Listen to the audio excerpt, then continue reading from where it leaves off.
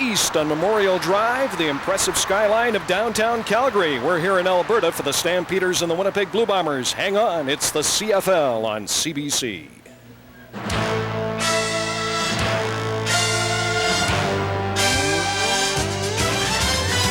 With only one win this season, it is step-up time for Winnipeg. With Roberts and Stokes, the running game is solid. Kevin Glenn has now stepped in to lead at quarterback. They've drawn up the plan. They've set their sights. Victory within their reach. Look for a ground attack here today with plenty of air support. The preparations are over. The Blue Bombers are set to do battle here in southern Alberta. And they'll face an old rival, Tom Higgins' Stampeders, winning in Week 3 in Winnipeg. Are you ready now, Booby? A win returns Calgary to 500, and you know they'll be setting their sights north to the Edmonton Eskimos. Will Henry Burris and the Stampeders be smiling after this one? Today, Winnipeg invades Calgary, turning friend into foe.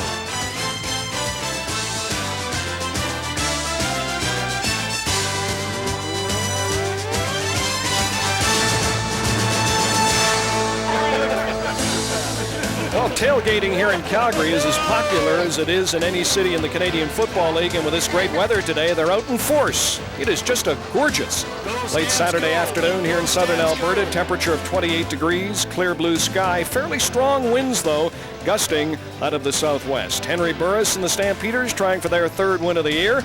Winnipeg with a record of 1-1 against Montreal and Toronto. That is since Kevin Glenn took over as quarterback. Good afternoon from Calgary. I'm Brian Williams. Welcome to the CFL on CBC. Both these football teams coming off losses, but they were impressive in those games. Calgary a week ago last night against the Lions in BC, and on Monday afternoon, Winnipeg an impressive effort against the Argonauts at Skydome in Toronto. Now, prior to the season, with the addition of Henry Burris at quarterback, most people figured the Stampeders would contend for a playoff position, either here in the West or as a crossover team in the East. Most were writing off the Winnipeg Blue Bombers, but hang on.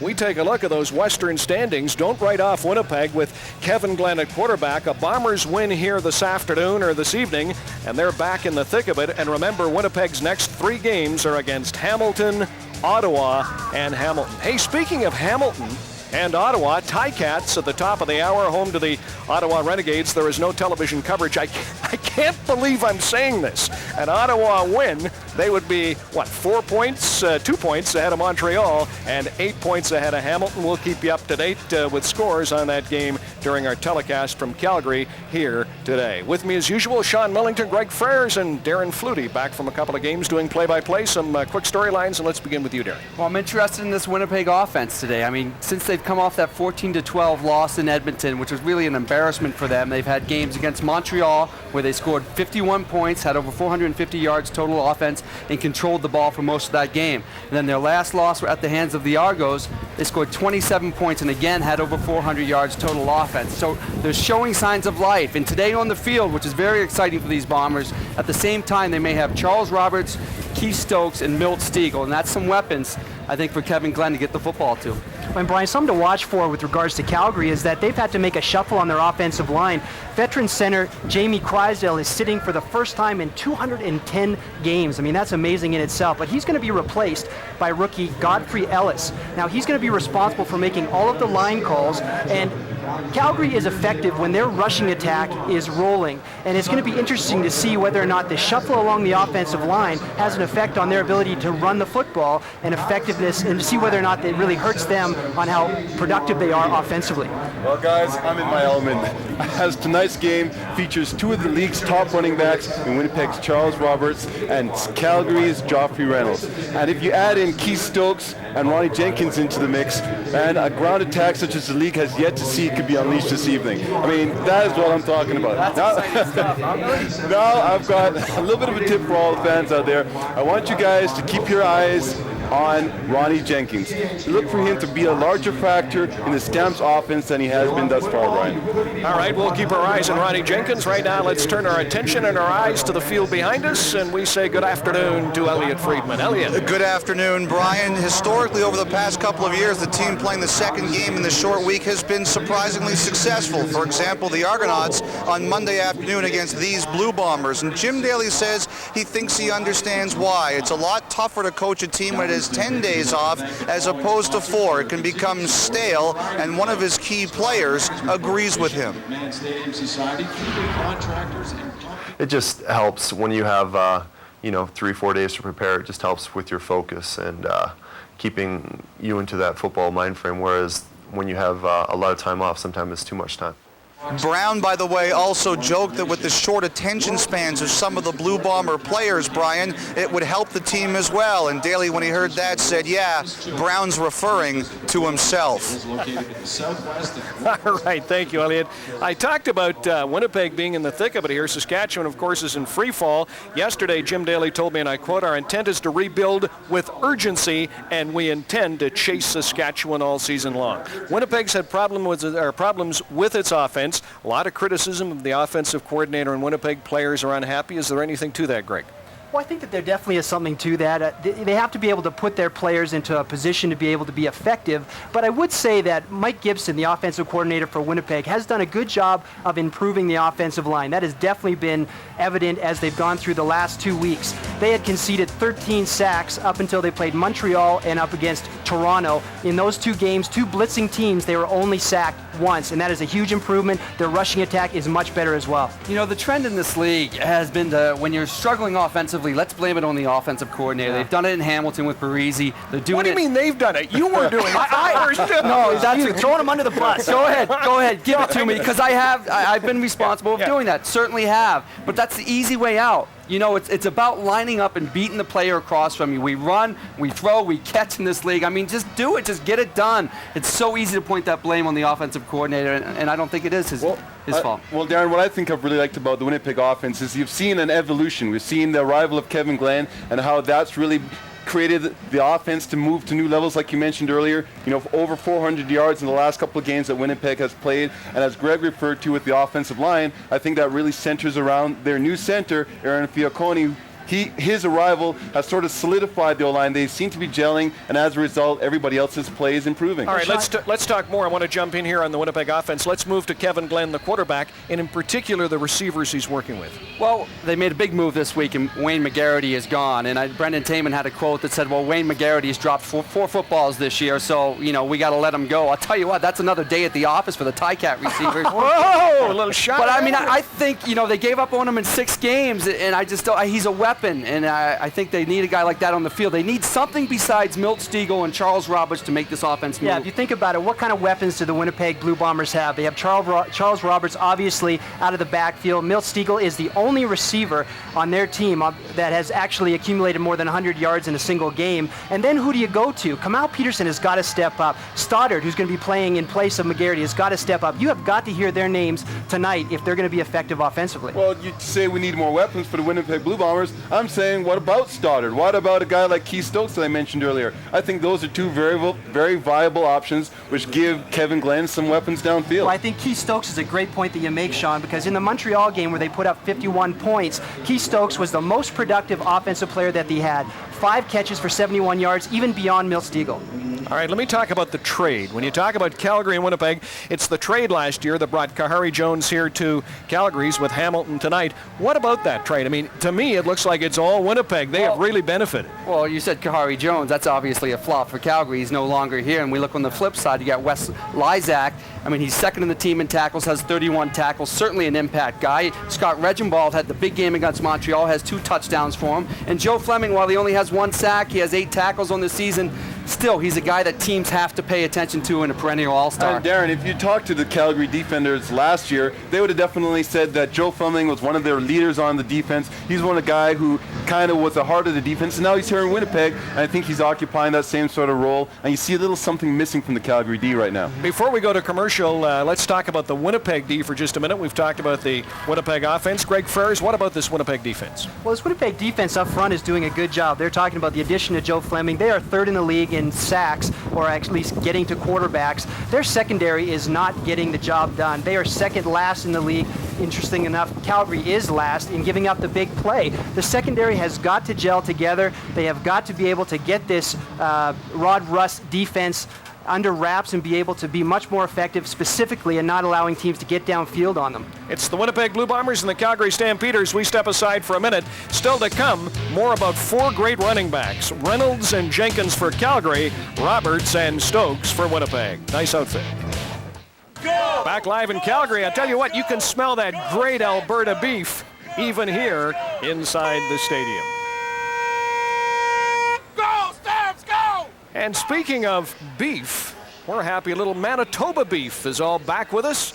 Manitoba beef back in the booth after a couple of weeks off. Our buddy Chris Walby's back with Mark Lee. Mark? Thank you, Brian. Yes, the booth is listing a little to the right here. It's a plentiful 2 weeks off, I understand, to the big man. Come on, man.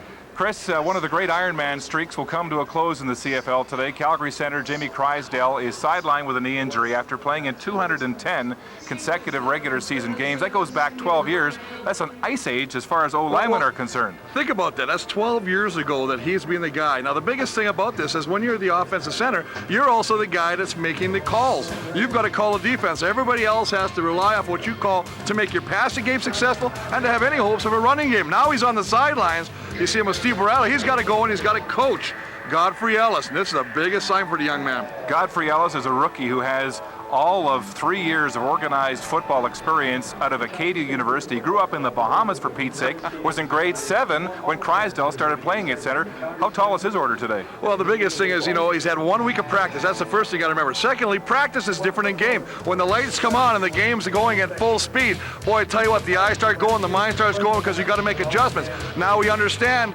that Jay McNeil, the left guard, will be making all the calls because they don't want to put the extra burden on young Godfrey Ellis. But I tell you what, still, from Winnipeg's defense, I'm coming after those A-gaps. Hey, that Winnipeg defense has the second best sack attack in the league right now, with the likes of Doug Brown and Joe Fleming down the middle. How might they take advantage of this rookie? Well, I think if I'm those guys, what I'm doing is I'm lining up on the A-gaps, and that's the gaps to the outside of both shoulders of the center. Force Godfrey Ellis to take a side. He'll have to pull the other guard to help him, and that creates a vacancy or a spot for the other tackle to shoot through, and that might be Fleming or Doug Brown. We heard Steve Barato saying yesterday that they're going to try to build around the young center. He said, pack enough dirt that nothing gets up the middle. How can you compensate, though, for a guy who plays such a key role in the offensive line? Well, I think, first off, you got to come off and you got to establish the run. That's the biggest thing. Get him into the game physically. He's very smart mentally. They say he knows exactly what he's got to do. He's got great feet, but you got to get him in the game physically, because if he starts and they start throwing the football and he gets beat early, it's going to be a long afternoon. Big man's all excited. We've got a key matchup tonight along the line of scrimmage, and Brian will keep tabs on that throughout the course of this football game. All right, Mark. Warriors often come from along the line of scrimmage, as Chris Walby will tell you. We want you to log on in the second half and vote for the player who you think showed the heart and determination of a Warrior. We invite you in the second half to log on to cbc.ca/sports/football. Well, last night at BC Place Stadium in Vancouver, good crowd, well over 35,000. They were stunned before the game, as were viewers from coast to coast. The reason, and let's go to the videotape, last year's MVP, Casey Pritters, starting his first game since last year's Western Final. Why, you ask? Well, Dave Dickinson with a sore back. Pritters was a little rusty, but movement is one of his strong points, and look at this. Here he takes it in himself for a touchdown in the second quarter. You talk about movement and being elusive. Look at this in the third quarter, and watch this catch by Paris Jackson, Canadian receiver from what high school, Sean? Carson Graham, baby. Carson Graham High School in North Vancouver. Go Eagles. Go Eagles. All right, I don't want to talk about the Eagles, but I want to talk about the BC Lions. Greg, this morning at our production meeting, you weren't all that impressive with Casey Pritters. Well, I mean, Casey Pritters, you got to be fair. This is his first line of action going into the season and coming up against Edmonton, which arguably has one of the best defenses. You could tell that he was not sure what he saw downfield. He took 6 sacks. Majority of those were coverage sacks. He held on the ball a long time, but you saw what he could do with his legs. He's tremendously entertaining. He's got the athletic ability, and he's definitely a guy that you want on your sidelines. This guy is it. He's the real deal. I love Casey Pritters as a quarterback, and I'm telling you, there's a lot of teams in the CFL that would love to have him as a quarterback. Yeah, he was a little rusty. He hadn't played since last November, but I'll tell you what, he's got that strong arm. He's a runner. He gets out of so many sacks that other people would be sacks and creates plays. He's got to play somewhere. I want to watch him every week. Okay. Get him on a team. Hold on a second here. I don't know if you guys are, lobbying to be Casey Printer's agent or something, but I have one number for you, both of you.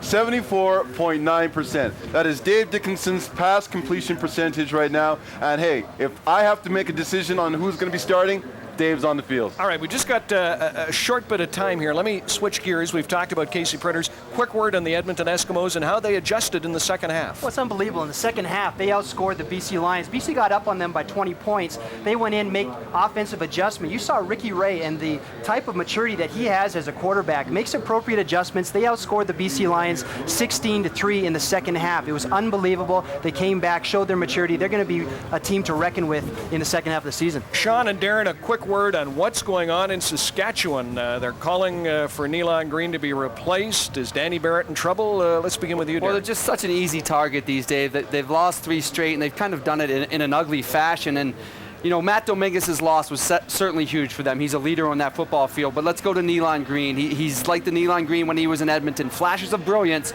but not winning football games for his team. And I think that's where the problem starts. And Darren, I'd look at this problems with Saskatchewan boiling down to 2 things. One of which you can control, the other you can't. Right now, they've got a significant number of injuries. They've got the heart of their defense. Nate Davis is out, and they have penalties. They're taking a lot of dumb penalties, which are stopping, their momentum. They're turning the ball over for guys not protecting the football, and you're never going to win football games doing that.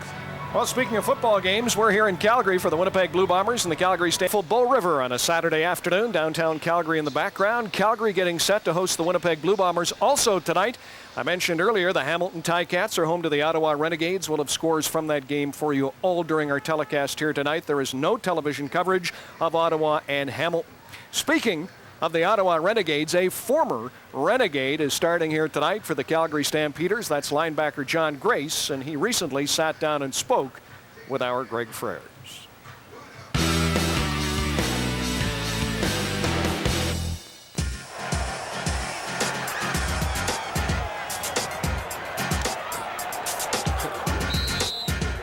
After a great season, 2004, you become a free agent, and you choose to sign back with a 4-14 team, the Calgary Stampeders. What were you thinking? When they re-signed Coach Crehan, I knew that I was going to have that stability. I mean, I've been in the CFL 6 years. I've never had the same coordinator.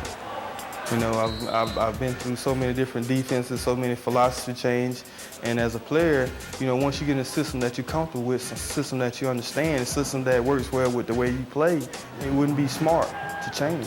I'm comfortable. All the guys that were here last year, for the most part, that I have to be in contact with on the field are here this year. I know exactly what those guys are going to do. I know their tendencies. I know how they're going to play. I know what they're going to see, and I know how to react, and it's comfortable. And it's a defense where you're never sitting on your heels. It's never, okay, let's see what they're going to do and then react to it. No, our defense is, we're going to do something, you react to us. Now, if you had opportunity for a knockdown pass or a knockout hit, what is John Grace doing? Depends on what the guy did. If he talks trash the whole game or things like that, I'm going to knock him out.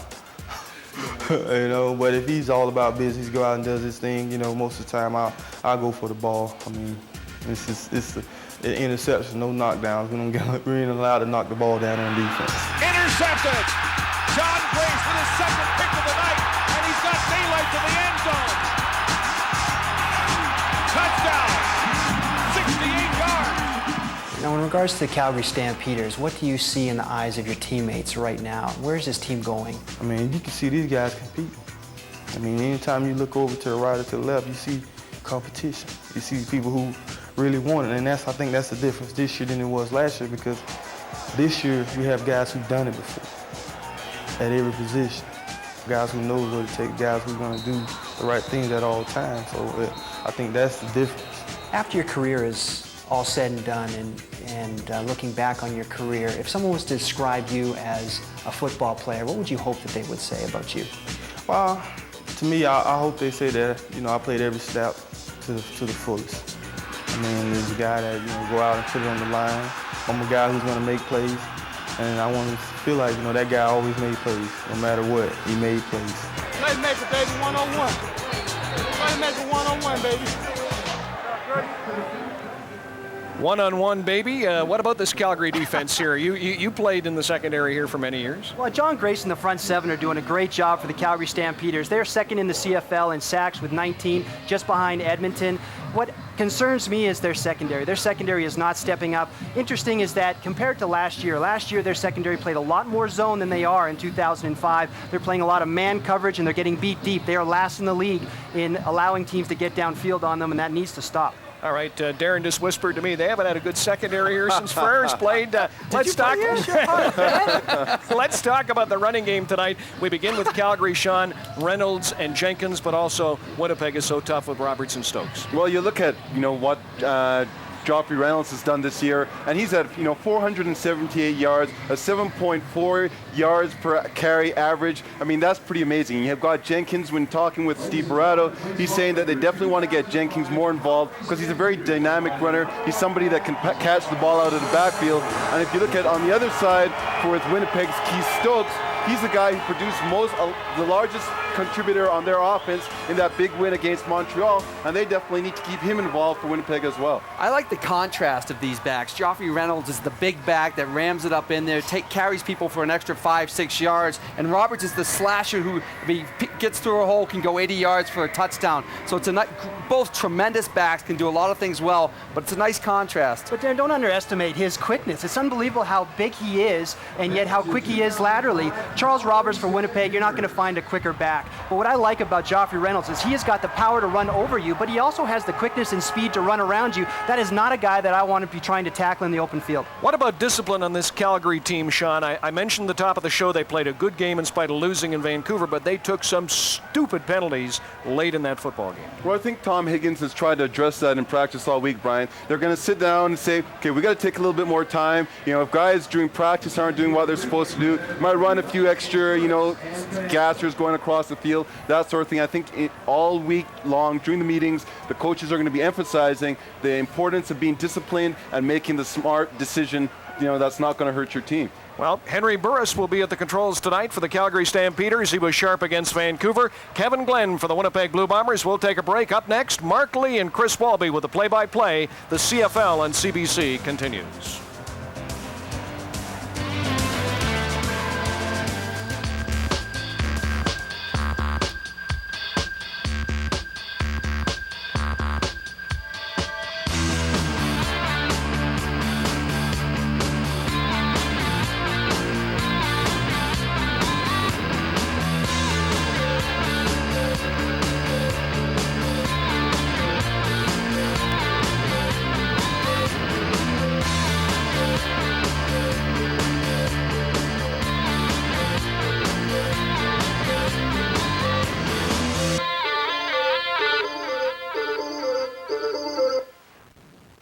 A beautiful big sky over Calgary on a warm summer evening. It's football night in Canada with the CFL on CBC.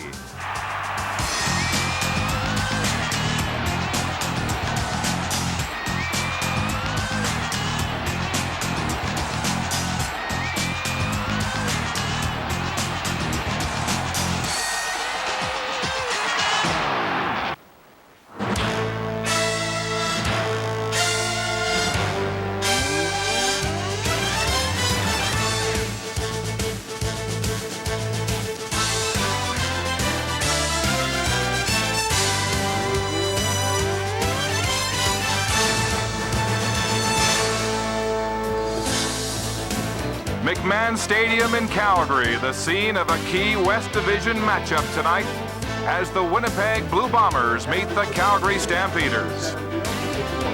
Football fans in this city have high expectations for the Stampeders, and they limped out of training camp, but appear to be hitting full stride, as are the Bombers, in a critical game for both teams tonight. Good evening from Calgary. I'm Mark Lee, along with the big man, Chris Walby. Well, tonight we'll get to see a real treat. The number 1 and number 2 running backs in the CFL. Winnipeg's Charles Roberts and Calgary's Joffrey Reynolds. And after rushing for just 45 yards in the first 2 games for Winnipeg, Roberts has caught fire, averaging 100 yards since. Well, he's averaged 144 the last 2 games, including the monster game against Montreal where he rushed for 195 yards. But I got to tell you, I think the tie-in is they got a good offensive line going now. They traded Mudge for Fiacone from Montreal. He's a new center here right now. He's tough, he's physical, they got 2 new tackles. I think that all works together, and that's why Charles Roberts is having the success he's having right now. Should have known you give the O-line more pump. How about Joffrey Reynolds? Isn't he the best young new running back to come to this league in a long time? He's just 9 yards behind Roberts, but he's got a game in hand. Well, the big thing is talking offensive coordinator Steve Bratto. He says, this guy is power, defined power. He's like Mike Pringle, but a little quicker. And the nice thing about him is you better not try and tackle this guy high. He'll run you over. The thing is, he leads the league with a 7.4 yard per carry average, the best in the CFL. He only carried the ball 8 times for 83 yards against BC last week. Thought he was underworked. Look for him to get the ball a lot more today. Okay, so the running game offers the prospect for real excitement tonight. What else have you got for us in your Gillette game notes? Well, let's talk about what Winnipeg has to do offensively. Now, I think offensively it's S for success, not dress for success. You better get Stoddard, Stiegel, Sutherland, and Stokes involved in this offense. On defense, Reynolds rap. I love that, man, but it's Joffrey Reynolds day, and you better stop him. Don't let him get in running, or the passing game will kill you. On the other side of the coin, let's look at Calgary. Offensively, center of attention, Godfrey Ellis gets the first start in 12 years in center instead of Jamie Crysdale. Let's see what the O-line does. And on defense, opportunity knocks. Trey Young gets a start at safety in place of the big man, Don McGee, who's out with an injury. We'll see what he does at that safety position. All right, Chris, this might be one of the nicest days of the summer here in Calgary. The temperature currently 25 degrees, a slight wind out of the southeast, and the skies are clear as far as you can see. 1 year ago, less a day, the Winnipeg Blue Bombers came to Calgary and lost badly. It cost Dave Ritchie his job as head coach. Jim Daly, his successor, arrives here at McMahon with a 1-5 record, a third of the season gone, and a sense of urgency in the Winnipeg camp. Tom Higgins also has his sights set on a big divisional matchup here tonight, set on Saskatchewan. A win today, and Calgary pulls into a third-place tie. So a key West Division matchup, Winnipeg and Calgary, in a game with huge implications. The Bombers have won the toss and have deferred, and will receive, and there he is, Keith Stokes, back to return along with rookie Vinnie Sutherland. On a beautiful night here in Calgary. Run-back game has been unbelievable in the CFL to start this season, Chris. Already 1 kickoff return for a touchdown and 7 punt returns for touchdowns, but in the last few weeks, more and more kickers are getting the ball away from the return men, angling it to the sidelines. We're underway. It's a short kickoff. Coming down to Stokes at his 23-yard line. He tries to go up the middle. Brian Clark gets a hand on him, and down he goes just across the 35-yard line. A 52-yard kick and just a 14-yard return from Keith Stokes, who we expect to see more involved in the offense with the release of Wayne McGarity. Here's Kevin Glenn, the number 9 rated quarterback in the CFL, but lately he has been coming back to his game. He missed 3 games with a high ankle sprain, and last Monday, at his best game of the season against the Argos, completing 71% of his passes and 2 touchdowns. Well, I think he's had 2 games back-to-back where he's really played well. 2 games over 300 yards passing. Winnipeg starting with a double tight end formation. They'll go on the ground to Charles Roberts. And Roberts is stacked up immediately for a short gain. Well, let's take a look at this Bomber offense, and it starts with Charles Roberts. He gets it done back there. Look for him to carry the ball early and often. The receiving crew, Jamie Stoddard, in place of the man released, Wayne McGarity. He's been chopping at the bit to get the opportunity to play. Let's see what he does. And Matt Sheridan, the only man returning from last year's offensive line. Second down for the Bombers, 8 yards to go. Glenn passing, moving the pocket right, throwing across the middle. It's complete to the Bombers' leading receiver, Milt Stiegel, for a first down. That all starts with the protection. We talked about the fact that this offensive line is vastly improved. That allows your quarterback to sit back there with an area of comfort, and he does just that. Sits there, allows him to look off to the right, come back to the middle. Stiegel's going to just sit in there, find a little hole, and he delivers the ball right on target. Milt Stiegel with a team leading 318 yards receiving and 3 touchdowns coming into this game. Over 100 yards through the air against Toronto. First down on the ground. Roberts bounces outside. There's all kinds of daylight. He'll have a first down and more, getting into the Calgary secondary. before the rookie, Trey Young, in his first start at safety, makes the tackle, a 21-yard gain for the CFL's leading rusher. Exactly how you want to start the game, by mixing up with the run and the pass. Nice job of the guard pulling around. Here's Matt Sheridan. He hooks. He gets to the outside, and that allows Charles Roberts to run to the outside and pick up good yardage. Nice job by Matt Sheridan, the left guard.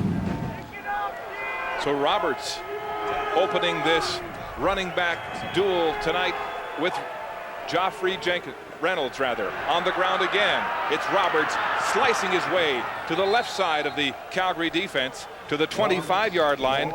It'll be close to a first down with a gain of about 10. Well, going all over on this defensive line, making him run. Demetrius Maxey, he's the leader of that line right now. 4 quarterback sacks. John Grace, he's Mr. Everything for that linebacking crew, and it's a good crew it is. And the secondary, boy, they will be tested with Trey Young getting the first start at safety position. He has started another game earlier, but at linebacker, so it's the first start for him at the free safety position. They'll measure after the gain by Roberts, and you'll see it's about the length of a football and a half to the first down. This Calgary defense you're talking about has only 4 turnovers so far this year, and that's one of the things Tom Higgins says they need to work on. They are last right now in the giveaway takeaway department at -7 in the CFL. Well, I thought it was interesting that talking to the linebackers, they met with the defensive secondary in the same meeting room. A lot of times the linebackers will meet separately and the secondary will meet separately. They said they have to get together to know where they all are on the football field, to understand each play. And they figure that'll hopefully get them off the football field. But right now, Winnipeg's doing a nice job of mixing it up and keeping them on the field. Were you surprised when Brian Clark said that they hadn't met since training camp as a group, linebackers and secondary? A lot of guys, a lot of teams don't do that, but I think you have to do whatever it is to try and change your fortune. Second and less than 1 on the ground. It's big Reginbald crashing his way to a Winnipeg first down.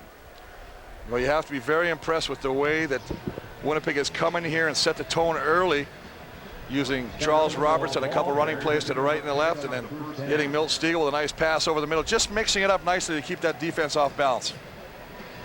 Tom Canada heading back to the sidelines for the Bombers, along with John Oosterhuis. They came in that elephant team formation for Winnipeg on the 2nd and short.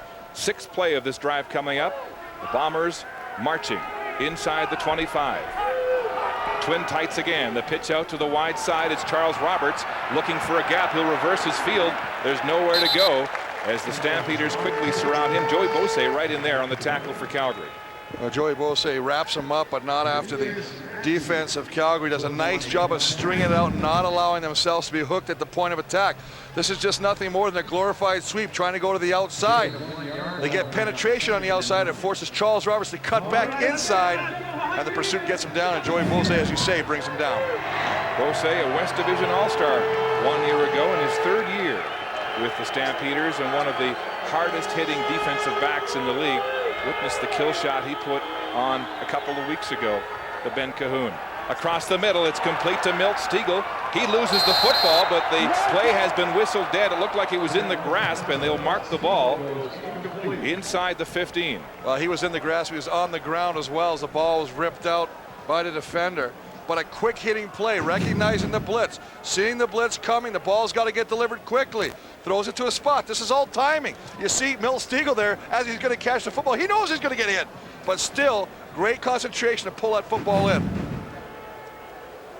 So it won't be enough as Troy Westwood gets set for this field goal attempt from the 31-yard line straight down the middle. Westwood has struggled this year, completing 66% of his tries.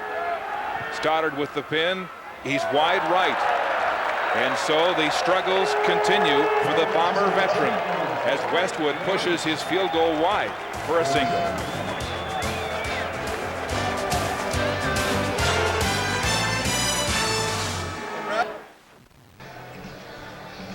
Troy Westwood, a solitary figure on that Blue Bomber bench after missing a 31-yard field goal. Well, you see Jamie Stoddard with the hold, gets it down, spins the laces. The hold looks great. It's just, I think the expression by Troy Westwood tells you the whole story. He just pulls it, not happy. He's been struggling. He's been really working, Mark, on kicking the ball with more success 40 yards and out. Been really doing a good job inside the 40, so I think he's more surprised that that 31-yarder went away. Well, he's been virtually perfect inside the 40 as Calgary opens with this bunch formation.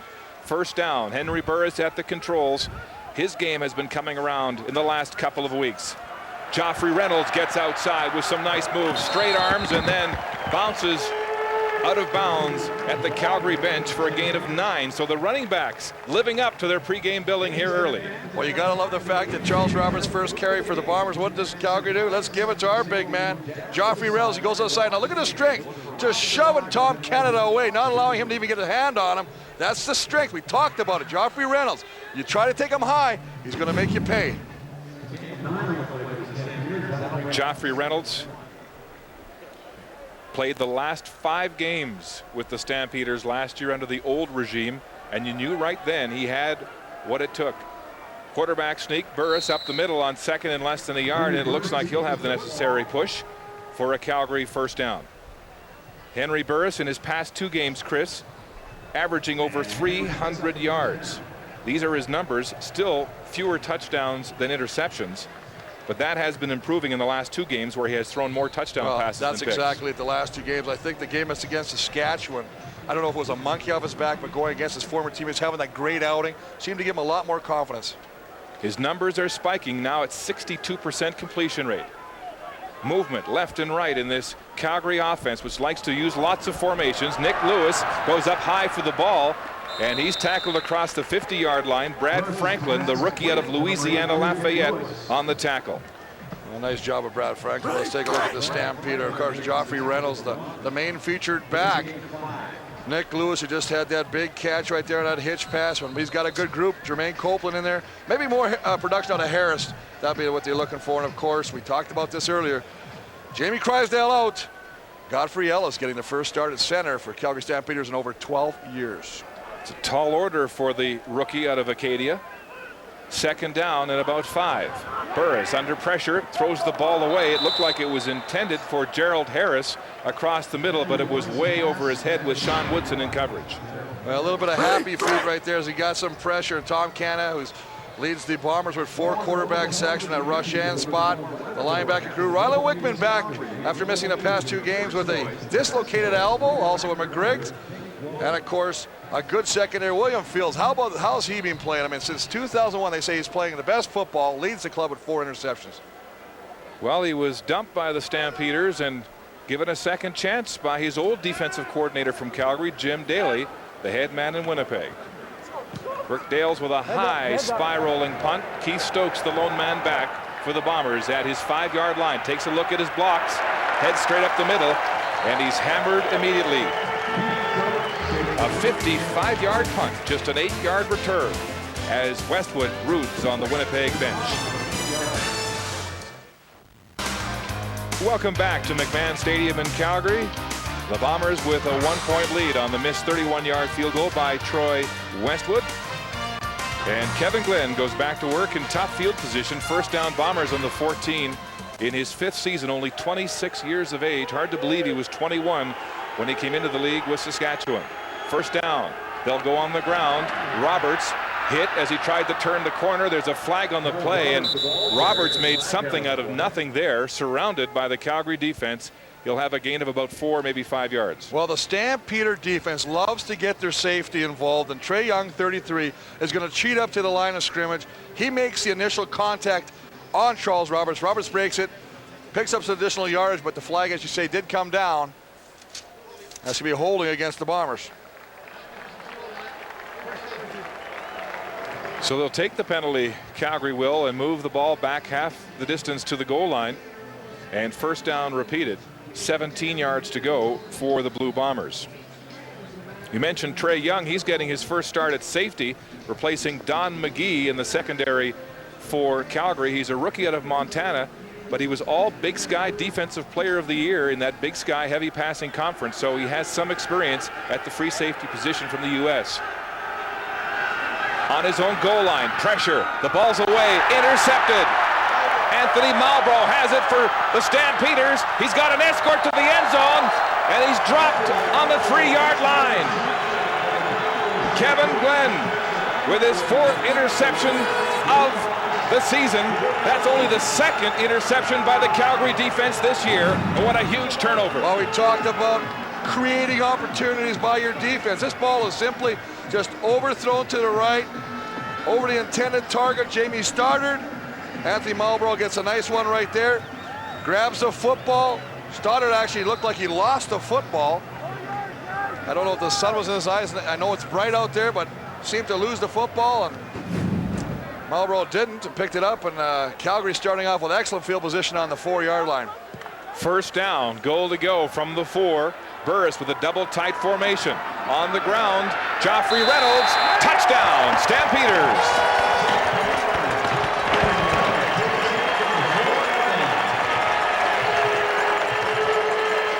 Joffrey Reynolds, 4 yards up the middle for his 4th rushing touchdown, 5th touchdown of the season.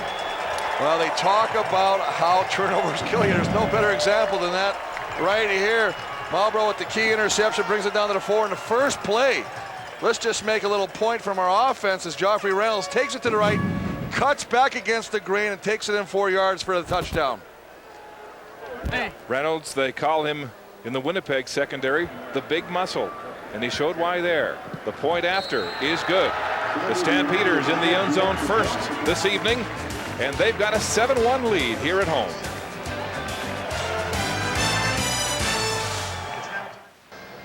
'12-year veteran Jay McNeil slow to come to the sidelines after being shaken up on that touchdown play. Well, you got to love this because I want you to watch it. These two linemen are responsible for these two guys.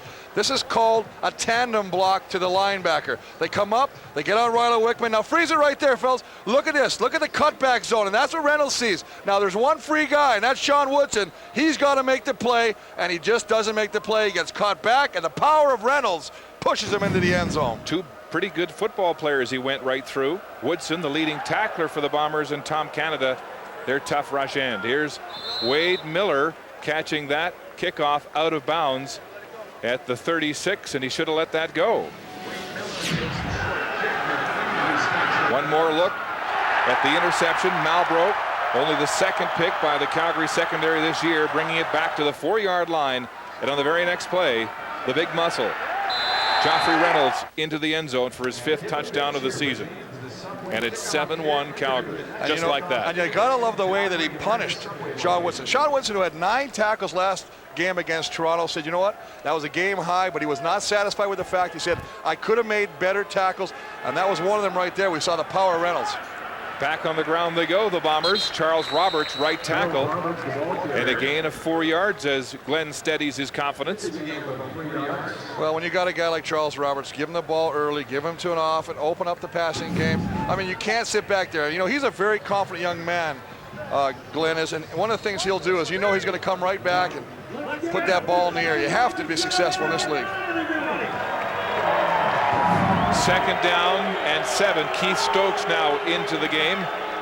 Roberts out along with Reginbald. It's a 6-receiver set. No one in the backfield except the quarterback, Glenn. Looking to the wide side, pumps once, throws it high, intended for Jamie Stoddard, and broken up on the play. A dangerous pass. Well, Calgary only brings 5. They bring 1 linebacker and a 4-down lineman, so it's basically a 5-on-5, but they get good pressure. They push the interior. That's one man. That's the plastic working against both the center and the right guard. That forces Glenn to throw the ball a little before he wanted to. It was high. Stoddard can't come up with the catch. George White breaking it up with the tackle. And so the Bombers will punt again. John Ryan, who leads the league with a 53-yard average, showcases his big leg right here. Chapman driven back to his goal line for Calgary. Jermaine Chapman, the rookie, caught, tries to crawl for a few more. Wade Miller, who continues to perform on special teams, with the tackle. Burris and the Stampeder offense coming onto the field after a 67-yard punt by John Ryan and an 11-yard return. John Ryan, who has averaged the last time they played Calgary 57 yards a punt. That was a season high. Starts off with a nice one here. First down Stampeders at their 15-yard line. Twin tight end formation again. Play action now. Burris pumps once, throws wide open. Nick Lewis dropped the football. This is the thing that's been frustrating Steve Barato. The fact is they've got a lot of formations. They've been running the football. They do a little play action. They freeze everybody. Nick Lewis wide open in the flats. Henry Burris just a little too excited, a little bit too much zip on that football. Steve Barato was saying that he's a little disappointed in the flat learning curve for this young team with his new offense here in Calgary. It is a more complicated offense, multiple personnel, multiple formations, and it takes a while for the quarterback and his receivers and running backs to get synced. Burris steps up, wide open, Jermaine Copeland down the hash marks. He beats Franklin, gets outside, and is finally pushed out of bounds. Brad Franklin is there to recover after being turned inside out by the veteran Jermaine Copeland. Well, I think this is just nothing more than a linebacker getting caught covering a slot back and freezing. You see right there, Brad Franklin punches him and lets him go. There's Sean Woodson. He sits up too. They all bite on the pump fake. That allows Copeland to come free over the top. Then it becomes a foot race. Jermaine Copeland coming off his biggest game of the year against BC when he had 3 catches for 113 yards and a touchdown. That catch there, 52 yards. Up the middle, Joffrey Reynolds leaning into Tom Canada, who brings him down for a gain of about 2 yards. Well, the Calgary offense really doing a nice job of making things happen. Again, going back to the run. Again, you see that Joffrey Reynolds has got great vision, Mark. It's designed to go to the left, and he takes 2 steps that way, sees his clock, and cuts back and makes something out of nothing. The gain will be officially spotted at 4. It's 2nd and 6 Calgary. Burris staggers the count. Hesitates, throws it across the middle, and it's nearly intercepted. Gavin Walls, the defensive end, dropping into coverage there, and he had a sure one in his hands and dropped it. He's furious with himself, and there is a flag on the play. Well, they're going to call procedure on Calgary, but as you say, Gavin Walls, who does a little bit of a different thing. Instead of rushing from the backside defensive end, we see a lot of guys coming back. They do the drops into the zone. Should have had that one. He'll be thinking about that after the game. Rookie out of Arkansas. Could have had his first CFL pick. Penalty is declined. It'll be 3rd down now. And they'll spot this field goal attempt from the 45-yard line. Sandro DeAngelis, the rookie kicker, having missed just 1 of 14 attempts so far this season. Not a bad average, 92%. From the 45, it's up and good. The rookie from Niagara Falls celebrates his 14th field goal in 15 tries. 45-yard field goal by Sandro DeAngelis, and Calgary up 10-1 at Ivor Wynne Stadium in Hamilton tonight. Jamie Borum has just kicked a 34-yard field goal to put the Tiger Cats up 3-1 on the Ottawa Renegades. That's first quarter action.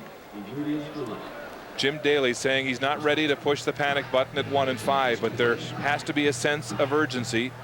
This week, a short week after playing Toronto on Monday, he had just 2 practices, 2 short practices, gave his players 1 day off, concentrating on rest and recovery for this game here tonight. Keith Stokes at the 30-yard line, getting outside, looking for a block, and is hammered hard. It's Trey Young on the cover team with a big tackle, a 45-yard kick, and a 12-yard return. You know, Mark, to kind of add to what you said about the short week, I thought that was interesting. What they worked on was visual practices. Right. They did a lot more film work. They broke down film. They'd shut the film off, asked the guys what they would do in certain situations, much like a quarterback would do, to make sure that they had the things all correct assignment-wise, because mentally, that's what you have to work on. Physically, you're tired. They want to keep them off their feet. They only had 40 plays in each practice, according to Daly. Very short workouts. Didn't practice yesterday here in Calgary either. On the ground, Charles Roberts with that quick move, and then he's hammered. Demetrius Maxey drills him in the numbers for a gain of just 2. Well, Demetrius Maxey, who's just playing like a kid, 12-year veteran, says he wants to play 5 or 6 more years. I couldn't believe when he said that. That's going to be a headache for the offensive line for years to come, but he's just a force. He's so strong, and he does a nice job of always working toward the quarterback. In this instance, it takes him right to the running back, and he brings down Charles Roberts after a very short game. Maxey in his 12th year now, and looking, as you said, for 5 or 6 more.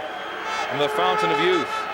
Second down and 9 in the air, and Stiegel can't hold on. He's looking for a flag as Joey Bose was draped all over him on the play. Well, Stiegel's more frustrated more than anything. The fact is, Bose timed this perfectly, got him there, did just enough to disrupt the catch by Milt Stiegel. Comes back to the football. Now he's saying he grabbed him by the hips. He did. Now that's what he's upset about.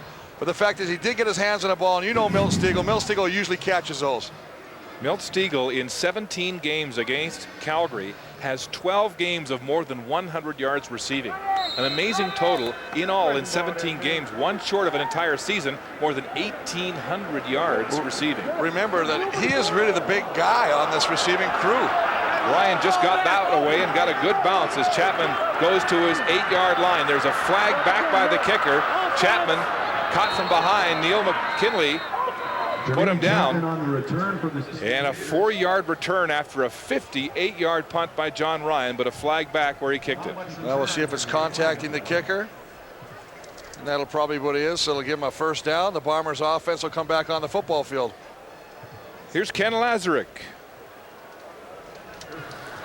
Calgary, number 31, 10-yard penalty, first down. Well, Ben Kelly with the infraction. So it's a 10-yard penalty and a first down. Another look at it, Chris. He's just going to come up the middle. There's a whole swarm of guys there right now. And they tell the kickers, keep your leg up in midair for as long as possible, hoping that someone will run into you and get that illegal contact, and that's what happens, and they get a fresh set of downs as a result. It's Mark Caliste, the third-year player out of Tennessee Martin, and a quarterback change for the Bombers as T. Martin comes in on this series. Martin, play action, back to pass, throwing deep downfield for Kamal Peterson, and incomplete, and Peterson looking for a flag as the safety Trey Young came over to support in deep coverage. Well, he's upset. They had double coverage, as you say. Trey Young, 33, comes over. Kamal Peterson, as you see, Coach Daly very animated on the sideline, saying, you know what, you cannot contact the receiver before he has an opportunity to catch the football. And you see Trey Young just runs straight into him. That's a flag right there. You can't, I mean, that's two, Mark. The first one, okay, we're going to give it to him, a little hip grab. But this one here, you cannot run into the receiver. Big break for the Calgary defense. No question about it as the Bombers go after Trey Young in his first start at safety. 2nd and 10. T. Martin on the out, right into the hands of Kamal Peterson, who dropped one here against the Stampeders at home, which could have helped with a game-winning rally. It was Kamal Peterson who may have cost the Bombers the game at Canada Stadium, right there in his hands behind Chapman in coverage. And the Bombers would go on to lose that one 21-15 in a game in which there were no offensive touchdowns scored. Well, you know he's been working the jug machines, because right now his confidence is probably at an all-time low. He's had struggles catching the football, concentrating on bringing it in, and you know, when you're not confident, you're fighting the football, and that's what he's doing right now. 4th 2-and-out series for the Bomber offense as Back up, guys, back up. Ryan puts this punt through the end zone and out of touch for single. He was trying to angle it out of bounds. It's a 67-yard punt single for John Ryan. Now down to the sidelines, and here's Elliott. Thank you, Mark. What an impressive streak. 210 games in a row for Jamie Crysdale. And Jamie, how seriously did you consider taking the one snap to increase the streak tonight? Didn't even at all. You know, Tom had talked to me about it, but that wasn't really what the streak's about. You know, I hadn't really looked at it as a streak. It was just basically I'm paid to play football and come out and play every play. And to come out and take one snap, that would have put an asterisk beside that start. So, you know, I'd rather have the roster spot put to somebody that could actually help the team win today. And so, you know, I mean, 210 games is a great feat, and you know, it had to end at some point. So I'm happy with it. You know, I want to ask you about Godfrey, but let's just go up for the play, Mark, and we'll come down here after. Mark? Thanks, Elliott, and what an unselfish decision that was by Jamie Crysdale to give up the streak. First down, Stampeders. Quick blitz up the middle. It was Rylan Wickman who came right into the quarterback Burris's face as he got that away and incomplete. Back down to you, Elliott. they've come off. How's Godfrey Ellis doing so far? I think he's doing really well. I think the offensive line's working well together right now. They're trying to open up some holes for Joffrey, and they got a tough defensive line to face today, so I think they're doing a heck of a job right now. Thank you, Jamie. Look forward to seeing you back in uniform. Appreciate it. Thank you. Mark? Thanks, Elliot. To put that streak into perspective, Godfrey Ellis was a 7th grade student in Nassau, the Bahamas, when Crysdale started the streak in '92. That pass out of bounds, intended for Brent Ralph, the rookie out of the University of Alberta. And so the Stampeders, who had scored on their last 2 series, a touchdown and a field goal, will be forced to punt. Well, 2-and-out and a big stand by the Bomber defense. And we see Kevin Glenn standing on his sideline. He has the ball in his hands. You wonder if he did not bang his hand. He's almost seeing if he can grip the football right there with his right hand, his throwing hand. He's not sure if he can, and that's obviously the big concern right now, Mark. Can he deliver the football? Can he grab the football and take it from the snap, from the center? Looks like he's working with his thumb there, Chris. Shades of last week when Danny McManus injured his thumb on his passing hand.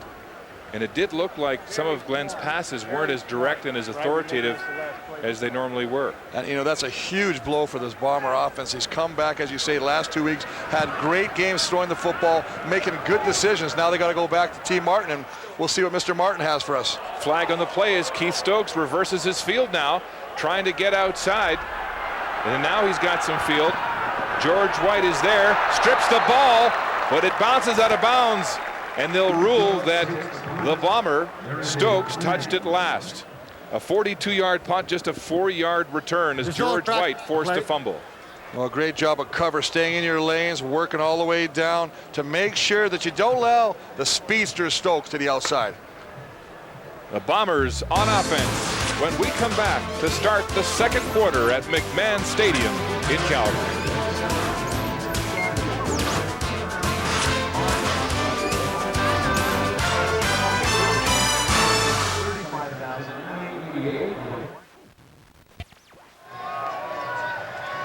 This is the scene at the Bomber bench right now as trainer Ross Hodgkinson ices the passing hand of Kevin Glenn, and we think we have a replay of where he may have injured it. As we see him sit back, just simple pass play, he's sitting back in the pocket, and you see Johnny Grace driving in on the blitz. He hits him, and as he drives him to the ground, you see him grab gets up, looks right down at the hand, right at the thumb. So either in the contact of the throwing motion or underneath as Grace drove him into the turf. Might have went in the turf, Mark. I think that's what happened. And so T. Martin will stay at quarterback for the Blue Bombers. Calgary blitzing against the run, and Charles Roberts sidesteps the initial tacklers and then is brought down for a gain of 3, maybe 4 yards as we check the first quarter statistics, Chris. Well, I mean, obviously the big turnovers are the thing. Anthony Melbrow with the interception led to Joffrey Reynolds' touchdown. But right here, 3 first downs by Winnipeg, all on the first drive. Since then, they've gone 2-and-out the rest of the football game. Calgary is really picking up momentum as well as time of possession. Keith Stokes and Charles Roberts on the field now. 2nd and 8 for the Bombers.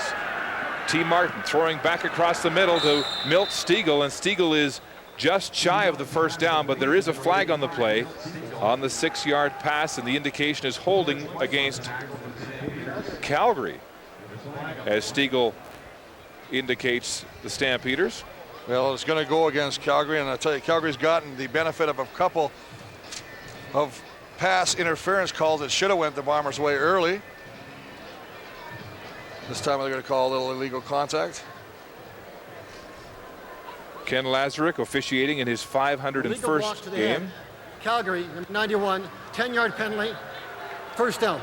Well, Demetrius Maxia, Mark, tempers flare in that line when you're trying to get to the quarterback and everybody's trying to work to keep him away from him. All right, Chris, let's get an update on Kevin Glenn's situation. Here's Elliott at the Bomber bench. Mark, according to the Winnipeg training staff, it's nothing serious from what they can tell at this point. It's just that he cannot grip the football. So at this time, we can't say for sure whether or not he's going to be coming back, Mark. Thanks, Elliott. Gripping the football, though, could be a problem. There's a bobbled handoff. Roberts gets the handle, then turns on the gas, and he'll be very close to a first down after he mishandled the exchange with T. Martin. Well, again, another example of the great change of direction by Charles Roberts, breaking from the inside of the offensive line, busting it to the outside, takes it off to the right. Stutter step, looks for the hole, changes his ball to the outside, all doing this subconsciously as he's looking for a hole, gets to the outside and picks up a first down. I thought it was interesting, though, that Elliott said, nothing serious, he just can't hold the football. What else does a quarterback got to do? Charles Roberts coming off back-to-back 1,500-yard seasons in the CFL. There's Scott Reginbald, the big bull, playing in his first game back here in Calgary since the big trade 1 year ago, and he got to the line of scrimmage, and that's about it. Well, you know he'd love to have a big game against his former teammates. They give him the ball a little bit. It's just a quick dive, fullback dive, trying to pick up something. Keep the defense honest, but Scott Coe and John Grace right there off the outside to pick him up. The big fullback, 11 years in the CFL. Alumnus of the University of Manitoba, back in the Key State. Second down and 10. T. Martin with time across the middle, and it's complete. Chapman in the coverage, and Keith Stokes has his sweater all pulled up, and he has his first reception of the football game. Well, Keith Stokes, when he started off in Montreal, was primarily a return man, and I remember Coach Matthews saying, you know what, he's going to evolve with the receiver, but he needs to learn the position. This is a nice job of finding the opening, getting the ball, and a nice delivery by T. Martin. And so the Bomber offense trying to diversify its attack. So far this season, it's been all Milt Stegall and Charles Roberts, and again tonight. And they've got Stokes in there now as a receiver. On the ground, Roberts cuts inside, nowhere to go. George White, Grace in there, and Brian Clark. Short game. Well, the Stampeders are putting everybody in the box. They're lining up 7 to 8 guys between the tackles. That makes it extremely difficult to run the football between the tackles. Now, maybe one of the things they can do is a screen or run a sweep. Get a sweep, a little power sweep to the outside. Let's see what kind of speed Charles Roberts can take. 7th play of the drive for T. Martin. In the shotgun, rolling left, backside pressure. He throws it in traffic, and John Grace knocked it down before it got to Milt Stegall. John Grace read T. Martin's eyes all the way, Mark. He recognized him, he set. T. Martin looked at the primary receiver, knew exactly where he was going to go, broke on the football, and you know, it should have came up with an interception this play. He's not looking anybody off. He's looking directly at the intended receiver, and John Grace says, you know what, give me that another chance. I guarantee I'll intercept that. John Grace, who, along with Chapman, leads Calgary in tackles this year and is also the #1 man on special teams as T. Martin goes back to the playbook and the drawing board on the Winnipeg bench. Here's Troy Westwood from the 40. He missed once already from the 31. Right down the middle, Westwood is good. So the veteran gets the piano off his back and nails this one from 40 yards out.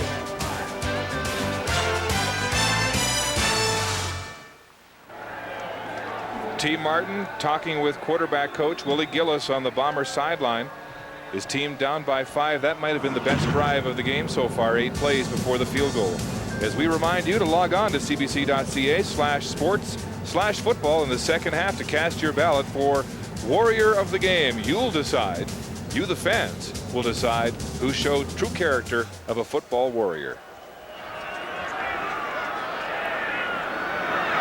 Ronnie Jenkins and Marte Jenkins are back to return this kickoff from Troy Westwood.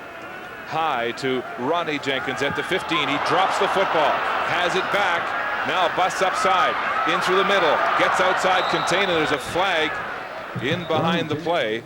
A 60-yard kickoff from Westwood and an 11-yard return, but it looks like this one is coming back. Oh, this is blocking from behind. You know it's going back. Good coverage by the cover team of the Winnipeg Football Club to get down there. Jenkins fumbles the football. Calgary, #4, 10-yard penalty. First down. Well, Scott Dybert with the infraction.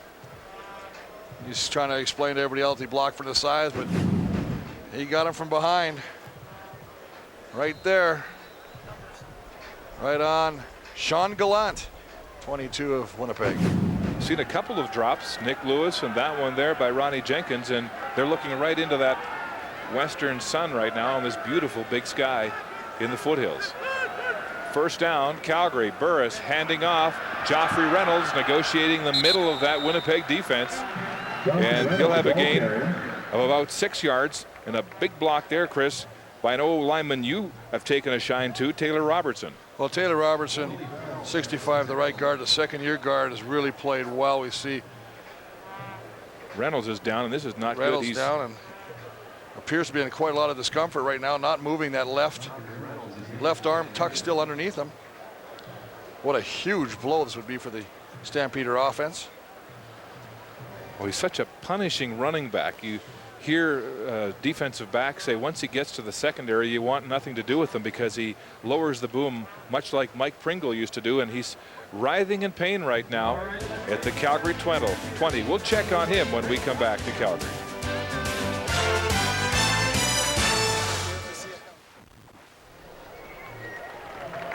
Joffrey Reynolds being helped to his feet with the aid of the Calgary therapist, Pat Clayton. What looked like a gruesome injury, although he looks... I think it's a concussion. First we thought from the look that it might have been the shoulder, but watch Wes Lysak, 31, come in, and he plants the helmet right on the side of Watch his right arm Reynolds here. now, but when the arm goes down, we see him as Lysak takes the ball. It doesn't move. He just lays there right now. I mean, yeah, you could think it was the shoulder, but you can see as he gets up, he looks rather groggy. Pat Clayton, a therapist, walking him off. So looked like Lysak maybe ear-holed him on the side, and it may have knocked him senseless. So Reynolds on his feet and being attended to at the Calgary bench. And it's 2nd down and 4, Stampeders in the shotgun. Burris throwing to the near side. It's complete to Nick Lewis. Lewis battling on the play and driven out of bounds. Justin Coleman making the tackle. An 11-yard pickup and a big first down for Calgary. Well, they're playing off Nick Lewis. It's a far throw right across the football field. Just one-on-one coverage, pushes them to the outside. But look at the separation. Nick Lewis gets off of Coleman. Coleman, who's back after missing last week with a sore foot, had played the previous 4 games. Forced back in the lineup with the injury to Cedric Dickerson, who broke his right wrist. And Burris working with the aid of a stiff wind now, right to left here in the stadium, across the middle.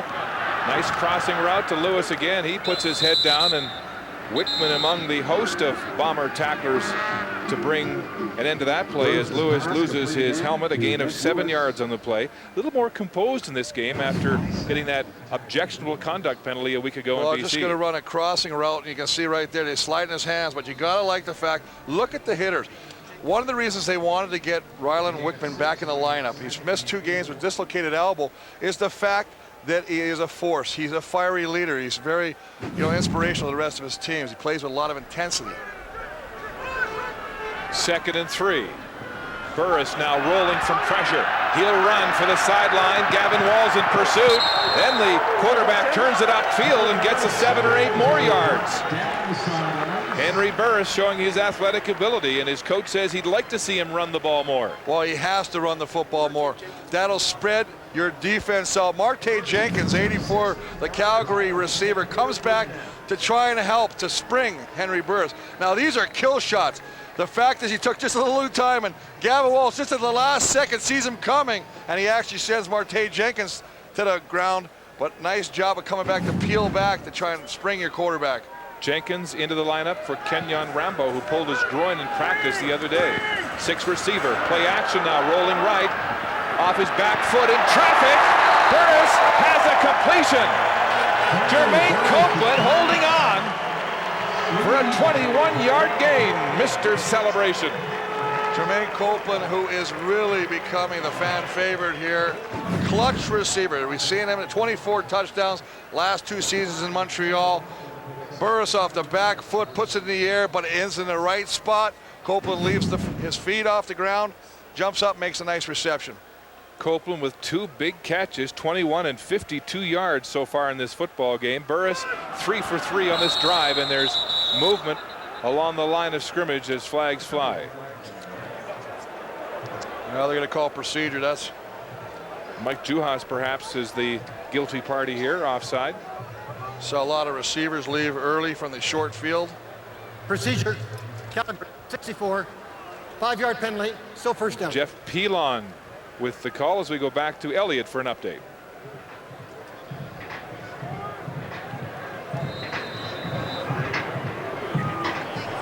Mark, good news on Joffrey Reynolds. He will be back in the game today. According to the Calgary training staff, he suffered a bit of a stinger, but he's healthy enough to come back. They just want him to wait for a couple of plays. Mark? That's encouraging news for the Stampeders. Thank you, Elliott. Play action, backside bubble screen. And that's read quickly as Brett Ralph is hog-tied by Sean Woodson. The gain is maybe 3 on the play. Sean Woodson, who spent a year out of football after becoming involved in a contract dispute, just rounding into football form this year, Chris. Well, we talked about he had 9 tackles last week against the Argos. Didn't feel like he had his best game, even though he was around the football. Here he is again making the play on Brett Ralph. I think one of the things we have to also bring to attention is the fact that, yeah, Joffrey Reynolds may not be playing right now, but Ronnie Jenkins, the guy in there, as we take a look at Sean Woodson, is a guy that's looking for opportunity. 5 receivers set, 3 to the wide side. Burris back as flags fly. He's throwing for the end zone. Nick Lewis, one hand. He can't make the catch. It's all going to come back, Mark. Procedure. They're trying to time their motion with the cadence of the snap count by Henry Burris, and the receivers jumped off. Looked like Copeland maybe was a little bit across the line of scrimmage. As Tom Higgins tries to get a drive going, other than that short touchdown drive after the interception by Malbrough, Calgary really hasn't mounted much offense in this Offside. game. Calgary number 80, 5-yard penalty, second down repeated. Look. Good eyes, Mark. They're just going to jump right there and take off, try to get a little head start. So the Bombers will take the penalty and push Calgary back to try to get them outside of field goal range. Right now it would be a 50-yarder, but the Stamps do have a stiff wind at their backs. Burris, second down, 15 in the shotgun. Time. Here's the screen pass to Ronnie Jenkins. Jenkins, shoestring tackle from behind. Looked like Joe Fleming. That's a great job by Joe Fleming to come from the inside tackle position to get all the way over there and grab the leg of Ronnie Jenkins. We've talked all week, the coach have told us that Ronnie Jenkins, number 2, is about as electrifying a football player as you're going to find. We get the ball in his hands, he'll make things happen. Great speed. What a nice job of 76 Joe Fleming to get over there. Another one of the former Stampeders, along with Reginbald and West Lysak, went to Winnipeg in that trade for Kahari Jones and Randy Bowles. First game back for those ex-Stampeders here at McMahon. This field goal attempt by DeAngelis from the 44-yard line with the wind. And he continues to be spectacular. DeAngelis, the rookie, with his second field goal of the game. Back at McMahon Stadium in Calgary with the Stampeders up 13-5 here in the second quarter. A reminder, next Saturday night on the CFL on CBC, we're in Winnipeg, where the Hamilton Tiger Cats will take on the Blue Bombers in prime time. That game coming to you at 7 Eastern. A reminder that the Bombers celebrating their 75th anniversary with lottery tickets that are now on sale for $50 each, or 3 for $100, Chris. They've got some great prizes, including a Lund fishing boat and Harley Davidson motorcycle. T. Martin staying at quarterback. Play action, rolling the pocket left. Here comes Scott Coe. The ball's away and way incomplete. Vinny Sutherland, the rookie, the intended Winnipeg receiver. Well, the first time. And an update coming, Chris, from Ivor Wynne Stadium in Hamilton. And it's a low-scoring affair. 5-2 now. The Tiger Cats in the lead. Bombers struggling through the air in this football game after losing Kevin Glenn to what appears to be an injured thumb that is not too serious according to early reports on his throwing hand. They've got just 33 yards passing so far. T. Martin on 2nd and 10 facing the Calgary blitz, stepping up, running this time, and he'll be stopped short. A gain of 6 on the play. And a punt situation again for Winnipeg. Well, it's a situation where you have mentioned, Mark, only 33 yards passing, and you're not going to win many football games. Remember, this is a team that the past 2 weeks has thrown the ball over 300 yards each football game. Only 33 yards to show late in the second quarter. You have got to start doing something. You got to change it up. Maybe you got to run some screens. You got to run some hitch passes. Maybe attack them vertically. You just can't stay in the same game plan. Change it up. Go to T. Martin's strengths. What are his strengths? So Glenn continues to stay on the sidelines, and you think T. Martin would be more comfortable here in Calgary after having his best game of the season against the Stampeders at home, throwing for 52%. Ryan with a deep punt to the 20-yard line. It's Jermaine Chapman, the rookie, with all kinds of moves, and then Sean Woodson and Lamar McGriggs wrap him up as he crosses the 33-yard line. You're watching the CFL on CBC. Joffrey Reynolds back in the Calgary backfield, and he gets the pitch out from Burris. The ball is loose. Tom Canada has it for Winnipeg, but it will be marked dead. Just appeared that Joffrey Reynolds taking the handoff to go to the right, slipped and lost his balance going down before contact. Just get him the ball, was looking for something. As he cuts back, he actually just loses his footing. Tagged behind the line of scrimmage by Sean Woodson for a loss. So Reynolds getting his first taste of combat after being knocked woozy and with a bit of a shoulder injury. Back to pass, Burris on second down, lots of time. Now he'll reverse his field. Here comes Tom Canada in pursuit. Burris looking deep downfield, coming back to the football. It's Brent Ralph with a huge catch and a big Calgary first down. Brent Ralph, who had his first ever CFL catch earlier this season against Ottawa, went on to have his first 100-yard game in that contest. The biggest thing, though, Mark, is if you have a quarterback who can scamper around and buy extra time, puts more pressure on the secondary. He goes to the right, comes back, he's checked. But the receivers, the two Bomber defenders, trip each other up, allowing Brett Ralph to come free on the sideline. 39-yard pickup, and Ralph was nimble just to stay in bounds after making the catch. Ralph held to no receptions the last two games as more defenses paid more attention to him. Big gain there. Out of the backfield, that's a live ball.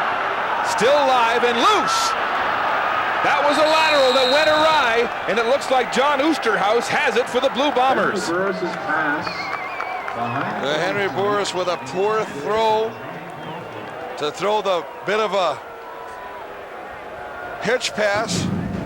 Just a little receiver, a little skip ball. They do have a play, Mark, where Henry Burris actually skips the ball to the receiver. He pretends it's incomplete, hopes the defense stands around waiting for the whistle, picks it up and throws it down the field. So you don't know if that's what they intended to do, but nonetheless, it's a turnover and a big break for the Bombers. That play is called double trouble. It's a bounce pass that they usually throw to Copeland, who's a former quarterback at Tennessee, but that went awry. Deep pass, deep downfield. Stiegel loses the ball in the sun with close coverage on the play by Joey Bose. Excellent coverage by Joey Bose on one of the most dangerous receivers still in the CFL, Milt Stiegel.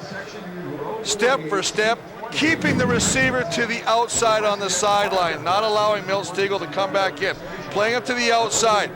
Little bit of hand jostling going on right there. Looks back at the last second to find the football. He looked back to the football, Mark. I know you're giving me that look in the booth right now, but he looked back to play the football. Ready to throw another flag up here. First time Milt Stiegel went deep in this game. Second down.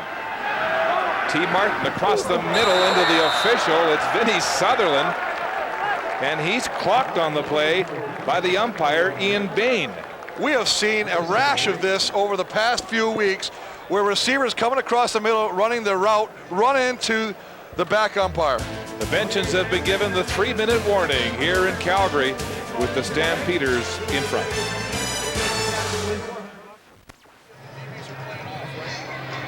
John Ryan getting set to punt into the wind. He's averaging 61 yards punting so far in this football game.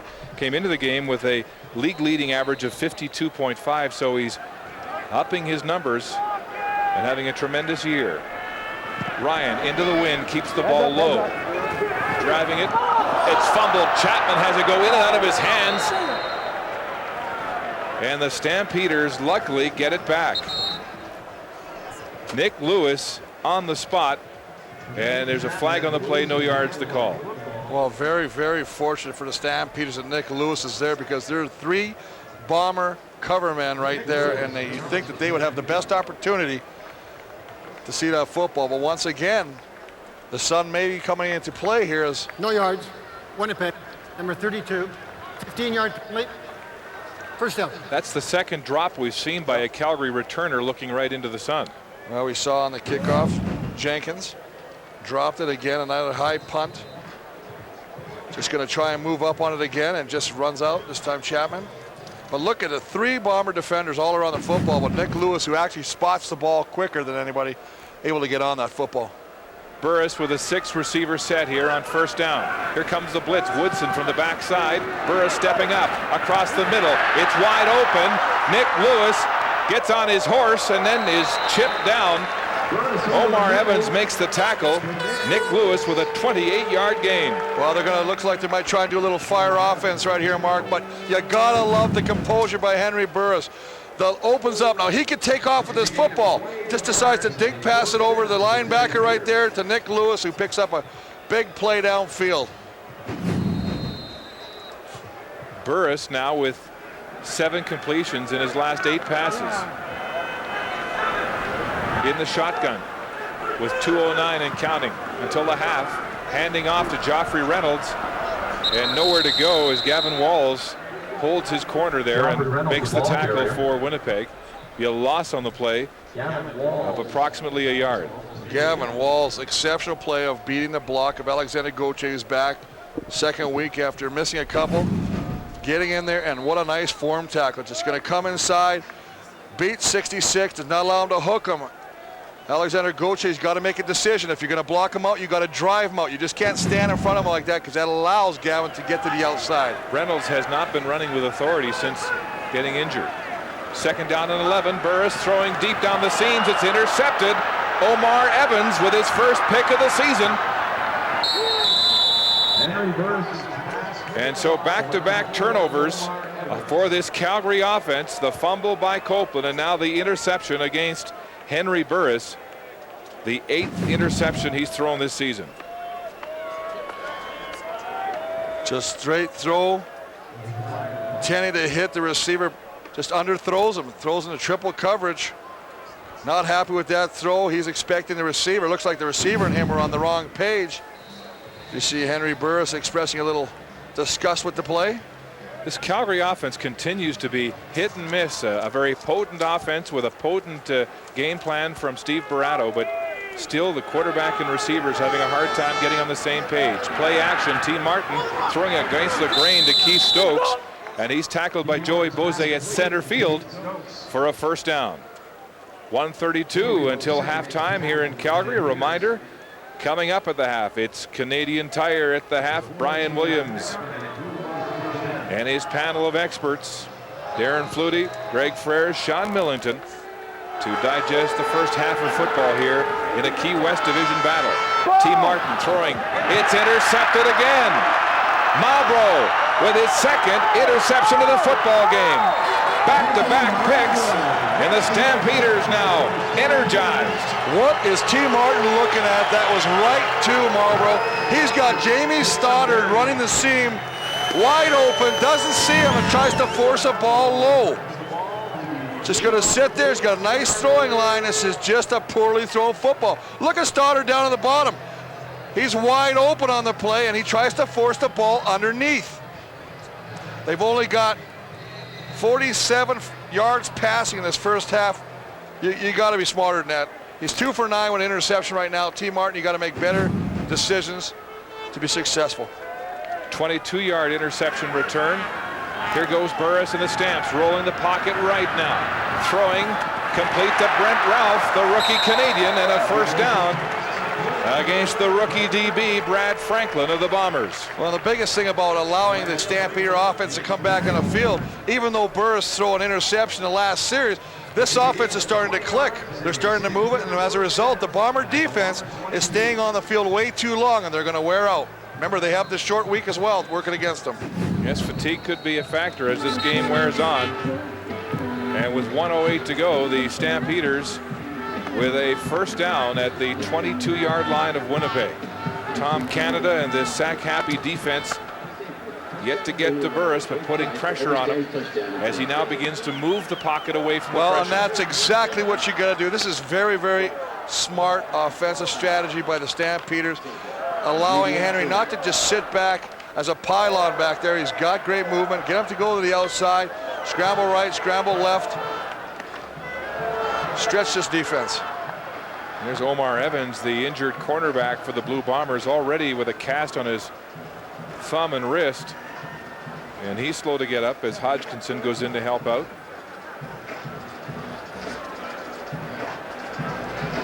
Backing up at cornerback is Boyd Barrett of the University of Manitoba. I think they'll bring in Stanford Samuels, though, the nickelback. Number 16 should come on the football field. He comes a nickelback, but that will bring, if this is a serious injury, Boyd Barrett in. If they have to go into another nickelback situation with Omar Evans has to stay out.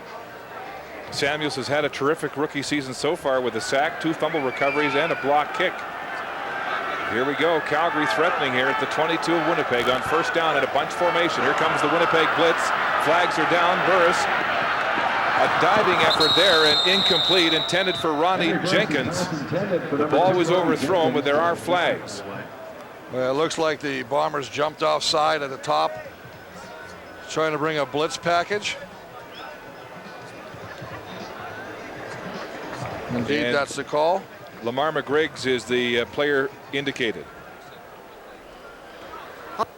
Winnipeg, number 36, 5-yard penalty. Repeat first down.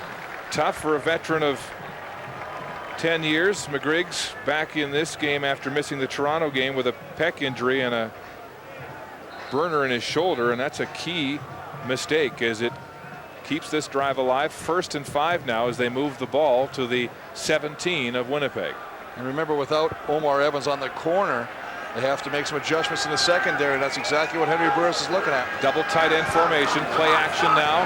Burris throwing down the seams. Touchdown, Nick Lewis in traffic for Calgary. And who do they go against? They go against Boyd Barrett, who has to come into the football game in that nickel back position. You get the mismatch.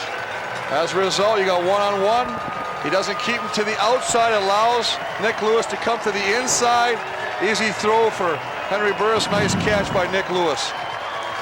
Got to keep him to the outside. Punch him to the outside. Now he comes back in. That's Brad Franklin, but there's no support from the deep man, Boyd Barrett. So Nick Lewis with his 2nd touchdown of the season. He got his 1st against these Blue Bombers, blocking a punt and then returning it himself for one. That's his 1st receiving touchdown of the year for the CFL's Rookie of the Year from 2004. Nick Lewis strikes the pose in front of his Calgary fans. What's up, fam? Lace. How you be down there? Saskatchewan, baby. Family back at home. Saying hello to his family back home as we take this moment to say a special hello to our troops around the world watching tonight on the Canadian Armed Forces Network and to our American viewers in the U.S. The CFL on CBC in more than 70 million households this evening. Yeah, just going to run the play. He's just in the inside right there. He's just going to go to the outside. Now he comes back to the inside. There's no safety. Look where the safety is. Right here. That's where the safety is. And he's way over on the other side of the football field. So when he comes back in after he beats the attempted little hit by Brad Franklin, he's wide open. There's nothing. There's no support from the back man. Jim Daly wincing at the fact that his team has given up 2 touchdowns, 2 turnovers. As the and I got to say, Mark, I went after Boyd Barrett on that play, but he was playing the corner. It's actually the safety. Wes Lysek's got to come over, give a little support over top. And the stiff wind here in the foothills, knocking the ball off the tee. As Sandro DeAngelis sets it up again to kick it off with 41 seconds to go until halftime in Calgary. The ball again being blown off the tee. Might they call in a Stampeder to hold it on the tee? We'll see if they get it off this time. And there's the 3rd time. So yes, they'll call John Grace over to tee it up for the rookie kicker. Stampeders with 2 touchdowns as the result of turnovers, interceptions given up by the Blue Bombers. DeAngelis with the wind, and it's a deep kick. Vinny Sutherland The return ace from the NFL from his own 2, straight up the hash marks with a couple of nice moves. Finally tackled at the 35-yard line. A 73-yard kickoff and a 33-yard return by Vinny Sutherland. We check the anatomy of the drive. The interception, Anthony Malbrough, his second of the football game. Setting up Burris. Finding the rookie, Brent Ralph, for a first down. And then on play action, coming back inside to Nick Lewis for Lewis's first touchdown catch of the season. T. Martin staying at quarterback after the starter, Kevin Glenn, injuring the thumb in his throwing hand. Hand off to Charles Roberts, and John Grace met him with open arms. So some support there from Scott Coe. You talk about the effect of your starting quarterback has on your entire team. We saw how Kevin Glenn was in there in the beginning. They opened holes. Everybody was working together. They were all on the same page. Now it all looks messed up. The offensive line is not getting off as a unit. They're making some mistakes. Matt Sheridan has gotten off. He hasn't picked up the right guy. And what happens? John Grace comes in there, makes the big play, and instead of a second and hopefully medium, you're in a second and long situation, exactly what the Stampeders defense wanted to put you in. Well, the early word was that the injury to Glenn is not serious, but he has not come back into the football game since injuring the thumb on his passing arm, and the Bombers staying with the backup, T. Martin. 30 seconds until the half. Calgary still with a timeout. If they can stop them here, they'll get the ball back. Roberts up the middle, and John Grace finds him again and lowers the boom. Well, I have to tell you, this is what I call playing conservative football. You are down 20-5. And rather than going after him, you're just going to hand the football off 2 plays in a row after you got stuffed on the first play. It shows no imagination. I'm not trying to be critical, but you got to sometimes say, you know what, you're here to try to get it. You need a little lift going into halftime. If you can get 3 points, at least at a field goal, things are going to be happening for you. The Calgary linebackers, they were the backbone of this defense a year ago, and are they ever active tonight? John Grace with 2 big tackles on Charles Roberts, who left the field slowly. But they're leaving everybody in the box, Mark. Just too many guys to block, and they're going to come off and they're going to kill that play. Either run the ball wider and stretch this defense, or start throwing the football with some success. John Ryan running the play clock to 1. Gets this one off the side of his foot. And out of bounds, no chance for a return by Jermaine Chapman with just 2 seconds left on the clock. A heads-up play by Ryan to kill the clock and a chance of any return. Very smart move to utilize that clock to limit Calgary with 2 seconds left. Calgary, nice lead right now, things going on. You wonder about their attitude right now. Do they want to get that where you step on the throat right now, or are you just going to kind of concede and kneel down and go into halftime with a nice 15-point lead? And I can tell by the way Copeland is going back there, they're just going to kneel down.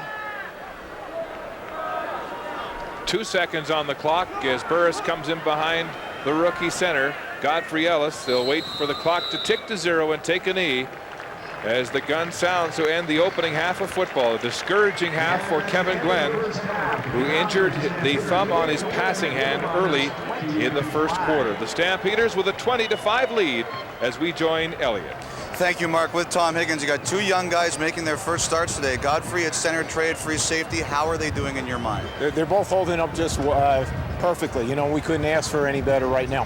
You know, you had a situation where Reynolds got hurt. We're kind of wondering, does he look like he's a bit more tentative since he's come back, since he ran the football? He is. He scared himself. He had numbing sensation within his body, and I'm sure that scared him somewhat. I hope that the halftime will do him a world of good. Thank you, Tom. You're welcome. That is Tom Higgins, the head coach of the Calgary Stampeders. His team is up 15 at the break and not facing the Bombers' #1 quarterback. The panel is next after this.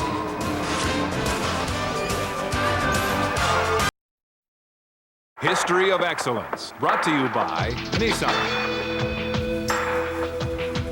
Wayne Harris came to Calgary in the early 1960s and turned a team that was used to losing into a winner.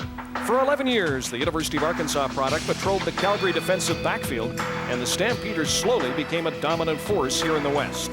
He was known as the hardest-hitting 190-pound linebacker in the CFL. But for most of his career, the ultimate prize eluded him. That all changed in 1971 after 2 unsuccessful trips to the big game.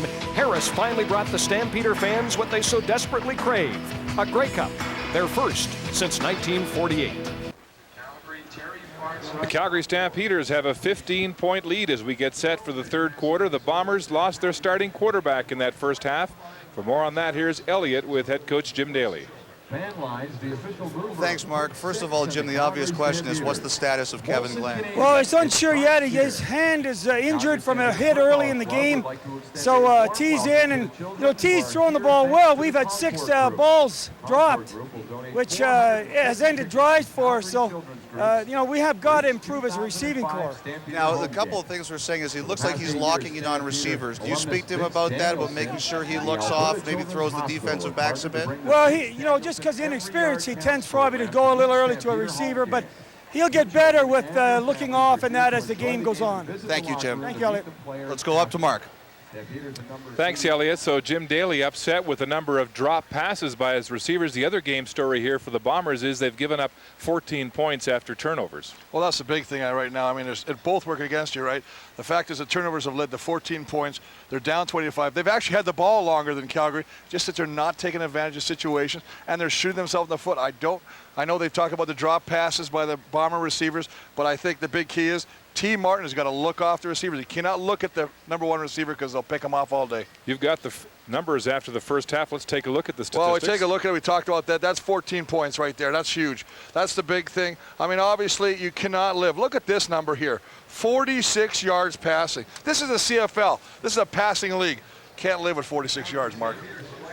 No, T. Martin not getting a lot of support from his supporting cast, throwing what his coach thinks are some pretty good footballs, and he will stay in at quarterback as the Bombers have yet to really determine the extent of the injury to starter Kevin Glenn. And he stays on the bench with that right thumb on his throwing hand iced up. Tough news for the Bombers after Glenn appeared to be hitting his stride, coming back after missing 3 games with a high ankle sprain. Ronnie Jenkins at his 15-yard line for Calgary, and he's tackled quickly. Lamar McGriggs, the 36-year-old linebacker, wraps him up immediately for a return of just 14 yards. This is the way Henry Burris distributed his passes in the first half. Well, he has utilized the entire football field. I mean, you got to find, look at the success down here, though. This is nice. 4 for 4 deep balls. Everywhere he throws the football, he's finding completions left and right side of the football field, short, intermediate, and long. And what a difference in the first and second quarters. Burris had 1 completion in 6 attempts in the first quarter, 9 of 11 for 151 yards and a touchdown in the second quarter. They say he's got a rep as a slow starter.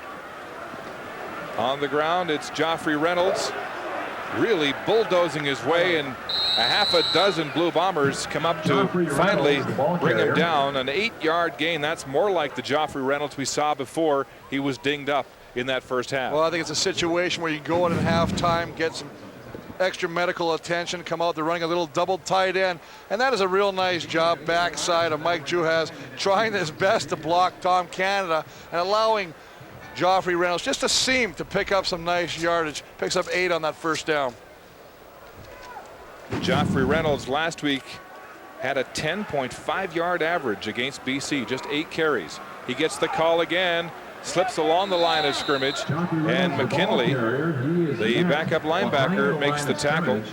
Gain of 1 on the play, and so Neil McKinley, this will be interesting. At the point of attack for the Bombers. That's a nice play by the second-year player out of Simon Fraser. Neil McKinley, 42, to shed off the block, come down to the linebacker and bring down Joffrey Reynolds. Well, Stampeders hesitated before putting their kick team on the field, waiting to see that it's a good yard, 3rd and 1, as Reynolds comes to chat with Steve Barato, the offensive coordinator. And that's exactly what you got to do, Mark, for Winnipeg. The defense has to make a stand right now, make a statement early, force an early punting situation. Is exactly what they do. Now it's up to the Bomber offense to get something going. That was a tough break, not converting on 2nd and 2 as Calgary punts it away. Keith Stokes at his own 20-yard line, hesitating, looks for a block, spinning across the 35-yard line. And that's about as far as he will get. Scott Dybert in on special teams to help out on the tackle. A 52-yard punt by Burkdales and a 16-yard return by Keith Stokes. But good field position for the Bomber offense to start. 36-yard line. Look at the numbers here, Chris. 2 completions for 31 yards for T. Martin. Well, and you got to defend him a little bit. I know we're being really critical on him. I mean, he's had some drop balls that would definitely have improved those numbers. The thing that I've said, and I've said it again, he's got to get off of initially locking on the primary receiver. Well, the Kamal Peterson drop was perhaps the most glaring in that first half. On the ground, Charles Roberts with a straight arm goes backwards and is hogtied. Anthony Malbrough, who has 2 interceptions in this football game, with a big tackle for a loss there. Denny Crehan, the defensive coordinator of Stampeders, says, you know what? He looks at these numbers at halftime. He realizes that they're not throwing the ball with any success. So he says, you know what? The only way they can beat us is with Charles Roberts running the football. So let's line up everybody tight to the line of scrimmage. Let's put the linebackers up tight. If you can beat us, God bless you.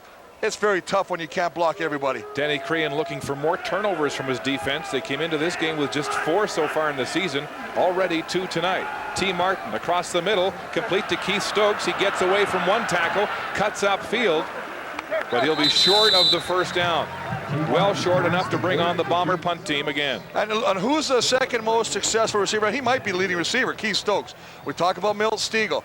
You got a team with a lot of speed. You got Keith Stokes. They talk about Vinny Sutherland. Why are they not running crossing routes? Every team that's got good slot backs or guys in the middle with some speed will run deep or middle crossing routes, especially with the fact that the linebackers of Calgary are playing so tight to the line of scrimmage. Yet they want to live with this little dump pass like a last outlet pass to guys like Stoke, or eventually they try once with Stegall. Well, when the Bombers cut Wayne McGarity this week, the intention was to get the ball into the hands more to Stokes. He's just got 3 catches tonight. Jermaine Chapman takes that punt on the bounce and heads out of bounds with a return of just 5. You're watching the CFL on CBC.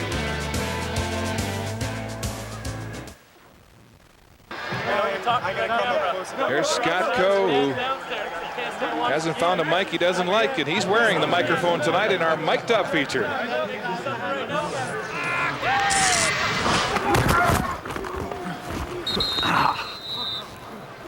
Hi, Reggie. I see that. Attaboy, Gracie. Attaboy, Gracie. Back to live action, and there's a miscue there. Joffrey Reynolds bobbles the screen pass from Henry Burris, and an incompletion there. Well, they had a mistake as well, as Ronnie Jenkins is running right in front of Joffrey Reynolds, both, I think, thinking they were going to be the screen guy. Little miscommunication. I think Jenkins should go the other way, but as we run it, they're going to fake it, slide through. Take a look. There's both of them right in the same side. You can't have that. You want to clear that area out to allow the pass completion to go to the back. Stampeders want to get both Jenkins and Reynolds in the backfield at the same time in this football game. Here's Burris against the rush. It's complete to Nick Lewis, and he's forced out of bounds at the 46. After a 15-yard game, Justin Coleman takes him out of play, and it's a first down Calgary. Well, Nick Lewis is having an outstanding game. I mean, he is all over the football field going deep. He's got his first touchdowns of the season in the first half. Just a little flick of the wrist. He's got separation. He's got Coleman thinking about him, beating him deep. At 6 reception for 85 yards. Doing a nice job of playing a little mind games with Justin Coleman. Nick Lewis, Calgary's leading receiver, led the team a year ago in his rookie season. Bombers showing blitz. There's movement on the line. Quick pass across the middle intended for Lewis, and a late flag. The ball was behind Lewis, going one-on-one with Justin Coleman. Well, a good job again of Henry changing the snap count. Wes Lysek's going to come up and attempt to do a safety blitz, come up the middle, change the snap count. It's a hard count. Catches 31, jump in the gun. Winnipeg, number 29. 5-yard penalty. First down repeated. Well, they're going to call Coleman, but 31's in the middle. And he's going to come across, and he's just going to skip in. You see both of them right here, and there he is right there. They called Coleman, but Lysek was the guy that jumped. This Calgary offense, with its multiple formations and different personnel bundles, often has a defense having to get a pre-snap read and figure out who's on the field, and it takes them off their toes. Burris sidesteps the rush, downfield.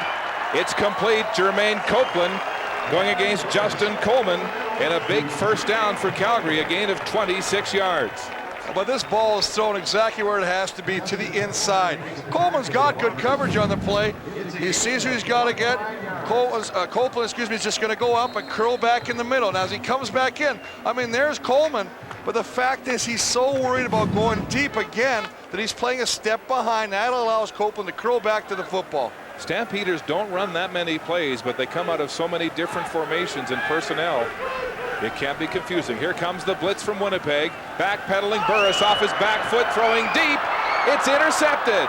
Omar Evans has it for the Bombers, his second interception of this football game. Well, that's a nice job of Omar Evans falling off his cover guy on the outside to come back and help on the receiver intended. That was Copeland trying to get the ball deep to him. Comes up and picks up his second interception of the afternoon. Burris throwing off his back foot, not enough on it. Just going to be working against, you see Brad Franklin going to the outside, trying to come backside, and there you see Omar Evans. He sees the ball. As the fact, as you mentioned, Mark, the ball gets floated up in the air as Burris threw off the back foot. Against the big blitz, too. The blitz came, Wes Lysak, the safety blitz, but look at the breakoff. Omar Evans leaving his cover guy to come over and help on the play. Big play by Omar Evans in that Bomber defense. And you can see that Calgary is dead last in the giveaway takeaway. -8. They started the game at -7. 2 picks tonight and a fumble given up by the Stampeder offense. Tough field position for T. Martin at his own 1-yard line. Up behind his center, Fiacone. And they've got him in the end zone for a safety touch. Charles Roberts hammered by John Grace and Raheem Abdullah for a safety. I'm surprised because we can give the quarterback all the garbage you want when you're throwing the football. But when you're running the football, you see Coach Daly, can't be happy. Because running the football is simply running the football. Getting a hat on a hat, making sure you create a hole. They're not getting the guy. Look at the hit by Maxey does the penetration. Cole's in there. It's a meeting at the running back in the end zone. Raheem Abdullah, 53, with the big play. Jim Daly was just saying yesterday how this offensive line is finally coming together. They came out of camp as a tossed salad. They lost a number of players to injuries. They lost Orlando Bobo and who was the other player? Well, they traded Dave Mudge. Dave Mudge was traded. It's been a tossed salad, Chris. But they felt that they had really made progress at that part of the line. But the fact is, and you see them all getting together right now with Mike Gibson, you got to work together and you got to make sure you have the proper, it's communication. And everybody has to get their block. Because if one guy breaks down, and that's what's happening, they're all taking turns, somebody comes through, makes the play, and that cost them 2 points. Yeah, they lost not only Orlando Bobo, but Mo Elawanibi to contract issues. He went to BC as well, yeah. And they traded Mudge, got the center Aaron Fiacone out of Montreal, who'd been a 3-year apprentice there behind Brian Chu. And look at the O-line getting some remedial work on the Bomber bench from the coordinator of the offense, Mike Gibson. Well, they have to be able to run the football. That's one thing you have to do. I mean, there's no excuse for not running. That you may want to change your scheme a little bit. And again, I talked about maybe taking a little bit more to the outside, especially if Calgary's defense is lining up tight in the box inside the tackles. Westwood into the wind. Short kickoff.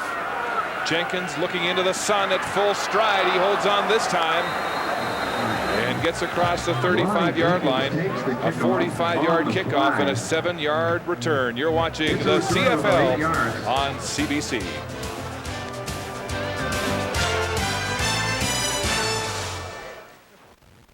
Log on to cbc.ca/sports/football here in the second half and let us know who you think played with heart and determination. I think John Grace has got to get some votes. He's had a terrific football game, and these linebackers from Calgary have been swarming in this game against the Bombers. I think you got to look at Anthony Marlborough, even though it's just the fact he made 2 interceptions, but those interceptions have led to 14 points. Big plays by him. How about Joffrey Reynolds being knocked senseless in the first half? He's back in this football game. There's a Warrior. Bunch formation for the Stampeders. Back on offense, handing off Ronnie Jenkins across the grain. Look at that hole. Look at him cut inside. Then he dropped the football. Oh, he got the ball back, but he may have found daylight. That was a very dangerous looking run. A gain of 18 yards on the play. Doug Brown right there when that ball hit the turf. Just a misdirection counter play going against the flow of the defense. hits it backside, gets in the opening. Nice blocking by Brett Ralph downfield. You see everybody working. He just loses the handle and it gets a real nice Stampeder bounce to grab that ball again. Steve Barato says Ronnie Jenkins is something special. Unfortunately, his progress this year has been hindered by a hamstring injury out of training camp. Pitch out. Reynolds this time. Nice block there. Cuts inside. And the Bombers string it out. Sean Woodson and Big Doug Brown there to make the tackle and hold Reynolds to a gain of just 1. Well, nice job. But this offensive line has done a really nice job, especially with the newcomer, Godfrey Ellis, in for, talked about the 12-year vet, Jamie Crysdale, having to miss his first game. Godfrey Ellis coming in after only a week of practice, and this team, this offense really run the football effectively. Henry Burris finding the time to throw the ball downfield. Godfrey Ellis, the man in the middle, the center of attention, as you called him, Chris. The rookie filling in for Crysdale. Look at the time Burris has. Now he loads up, throwing deep for Jermaine Copeland, and it's too far.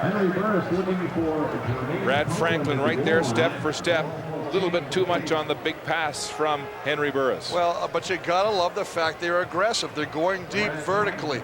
You throw a little fear into that defense. That anytime now you're going to run any intermediate or medium routes, what happens? Those guys have to respect the fact you can take it deep. That they play off a little bit. We saw what happened already with Justin Coleman. He's so worried about the deep ball sometimes that he gives a little separation so he can stay in that hip pocket. That allows the Calgary receivers to come back and make some nice catches when the ball is thrown medium. So the Stampeders will punt. Burke Dales, who has a 40-yard average coming into this game, from his 45, angling a nice spiral to the near sideline. Stokes will let it go out of bounds. No return on the play, and tough field position for Winnipeg when we come back.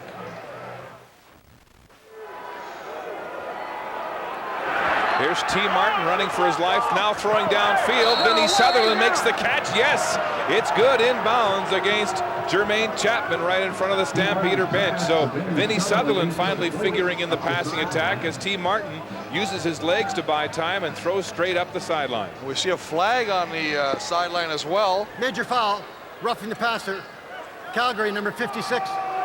First down. Scott Coe with the unnecessary roughness on T. Martin, but you gotta like this. Get to the outside. You got a guy that can run. He's got a cannon for an arm. Get up to the outside. Put a little pressure on that defense. So he gets out there. Excellent job of adjusting to the football by Vinny Sutherland, getting away from the coverage of Chapman. Vinny Sutherland, who was with the 49ers in the NFL, set a rookie record for most kickoff returns in team history in the NFL in 2001. He's got big downhill speed. We saw it there. First down, Bombers. Charles Roberts stopped once, then finds a hole, gets outside away from Grace, cuts inside, and George White finally tackles him from behind. Another Winnipeg first down on a 14-yard carry by Charles Roberts, and there's some trash talking going. I'd love to hear this come back on the mic'd up segment. Well, I mean, Scott Cole's always talking. I mean, you know, linebackers are always talking trash, especially when somebody does something good. Well, I'll tell you, this is all Charles Roberts. Roberts goes into the line, right into the middle now, gets good initial penetration. Now, John Grace thinks he's got him, but the speed little scat back, busts outside, picks up another block downfield. Good job. Bombers with some life here. On the ground, Roberts nailed. Brian Clark finishes that play off, leaving him a smear mark on the turf and a loss of 3. Well, he just gets hit in the backfield because the defensive lineman, I think it's Maxey, just pushes the offensive lineman back. Let's take a look. So he goes straight back, and the lineman gets caught. They're trying to pull Sheridan around. Brian Clark with the tackle, but penetration will kill any play. Good example of Clark doing just that. Clark just signed a new contract with Calgary to extend him through 2008. Here comes the blitz. T. Martin stands up and fires a strike. Jamie Stoddard pays a price as Trey Young comes in to finish him off, but he holds on to his first catch of this football game for a gain of 15. But it's and nice job. Down. Mark again. T. Martin not just looking at Milt Stegall. We've seen him go to Stokes. He went to Sutherland on this drive. Now he's going to Jamie Stoddard. I mean, there's no sense dressing receivers if you're not going to throw him the football. Good pressure coming from the outside. They're bringing the linebackers. There's George White. Napastic with the hit, but not before T. Martin completes the pass. Jamie Stoddard in his first start of the season after Wayne McGarity was released this week. Handoff from the shotgun. Charles Roberts sliding, slashing, and he'll be close to another first down. It's Trey Young sealing again from the safety position for Calgary. Well, Trey Young with the stop, but Charles Roberts explodes. He gets through that initial line of scrimmage. It's just a straight hit. Right up there, no cutback, beats the closing lineman. The lineman's trying to come down. That's Max. He's trying to close it down. Charles Roberts is too quick, and he beats the pressure brought down by Max. He picks up a nice gain. Sixth play of this drive. It is a first down on the 11-yard line. Bombers threatening their best drive of this game. Handing off Roberts, trying to get away from pursuit. He won't. Scott Coe is there. Raheem Abdullah forced him wide. And there'll be a loss on the play, it looks. Mark, I tell you, you don't want to be an offensive coordinator, but if T. Martin learns to keep this football. Oh, my goodness. Ouch. We see Scott Cole looking at that right wrist. They do a little bit of a pitch to the short side with Charles Roberts. Nobody respects T. Martin. Oh, my goodness. Did you see the pain that Scott Coe was in? Sorry, Chris, as they reset what looked like a broken or dislocated finger on that last play. And Coe is coming to the Calgary bench with Pat Clayton. Well, that might affect the old piano lessons on Monday, but that guy's tough. He'll be back. You've got a few of those fingers left over from your career. Second down. Martin under pressure, throwing the corner route. And incomplete, intended for Jamie Stoddard. And once again, Martin's on his back after throwing the pass. And so the Bomber drive will stall. The Bomber drive stalled, Mark, but I tell you got to be impressed with the way they move the football. Look at how they're rolling. I mean, they're rolling into the pressure. Puts a lot of pressure on the left tackle, trying to keep the end out of the face of the quarterback. Goodspeed's doing all he can, but I like the fact that T. Martin is throwing the football with more authority to different parts of the football field. Troy Westwood has been good on 1 of 2 attempts from the 40-yard line. This one just outside the 20 at the right hash. Stoddard to hold. Westwood has the ball up and good. Troy Westwood with 2 field goals on 3 attempts, and Scott Coe pacing in pain on the Calgary sideline.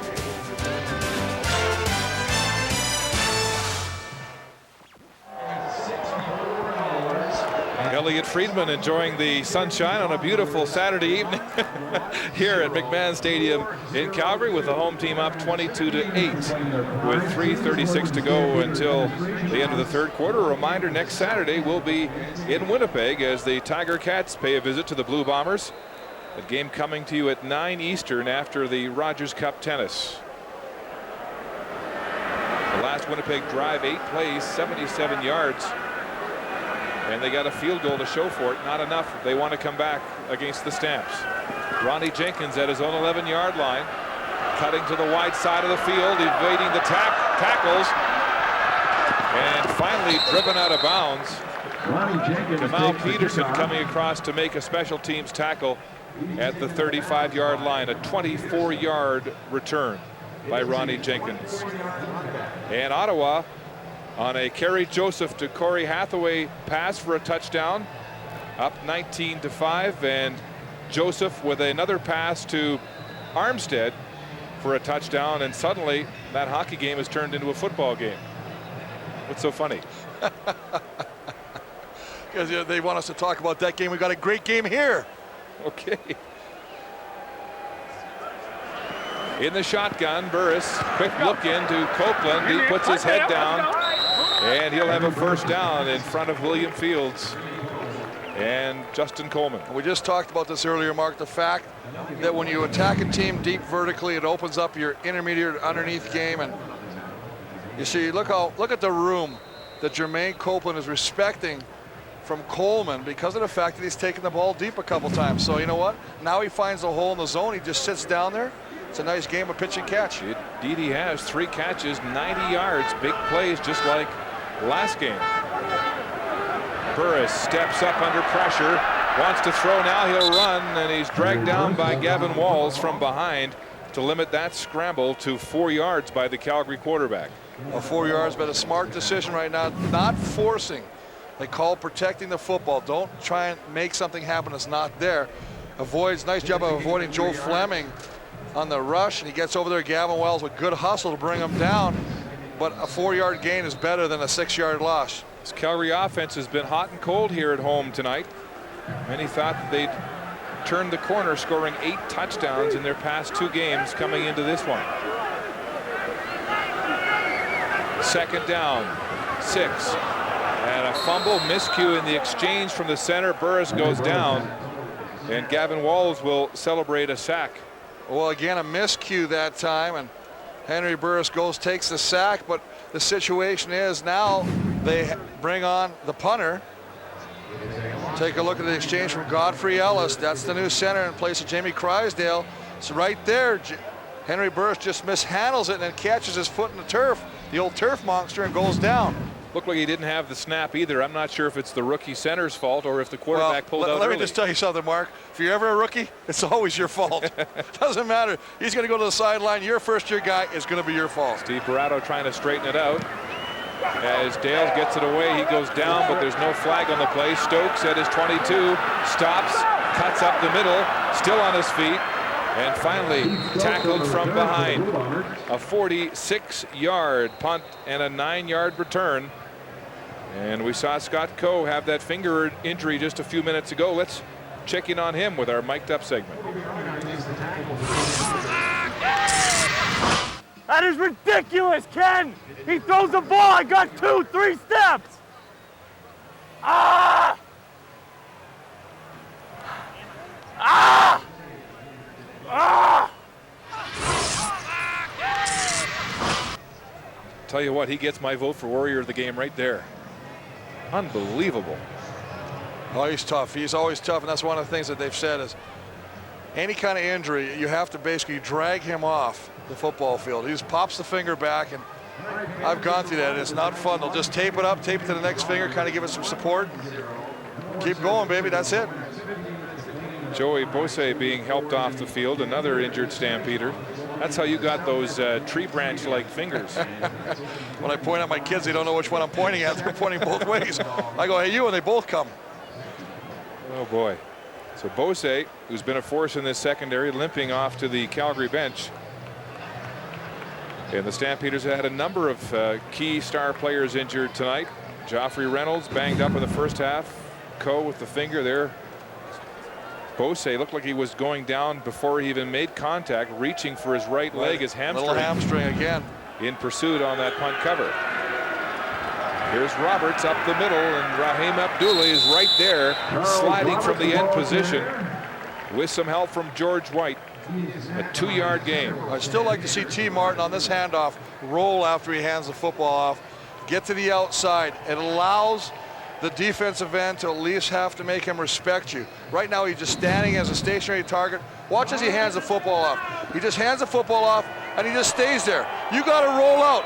Make 53, make Raheem Abdullah come to the outside and watch you. Second down, 8 yards to go. T. Martin pumps once, throws off his back foot. It's intercepted.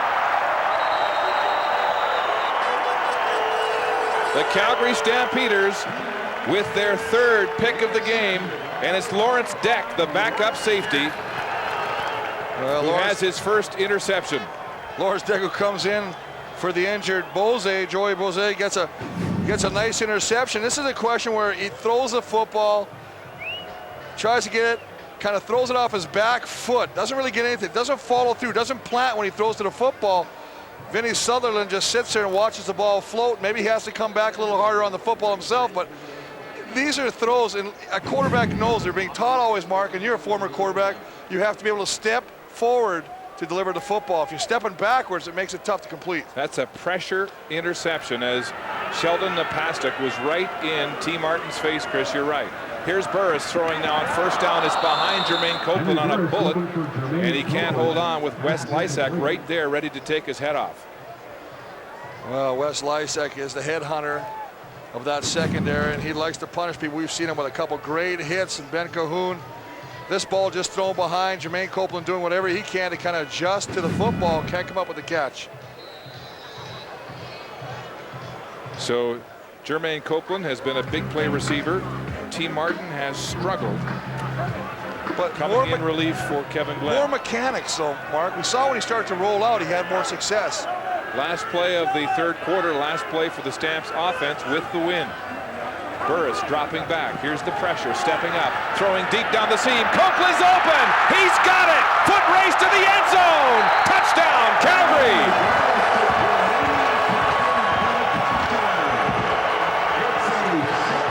61 yards.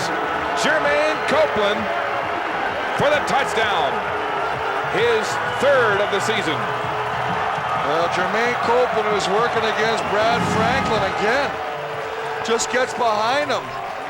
And it becomes a chase game. And now that Copeland's got the ball, you can see try to stiff arm Franklin to keep him out there and drags him in, gets a touchdown.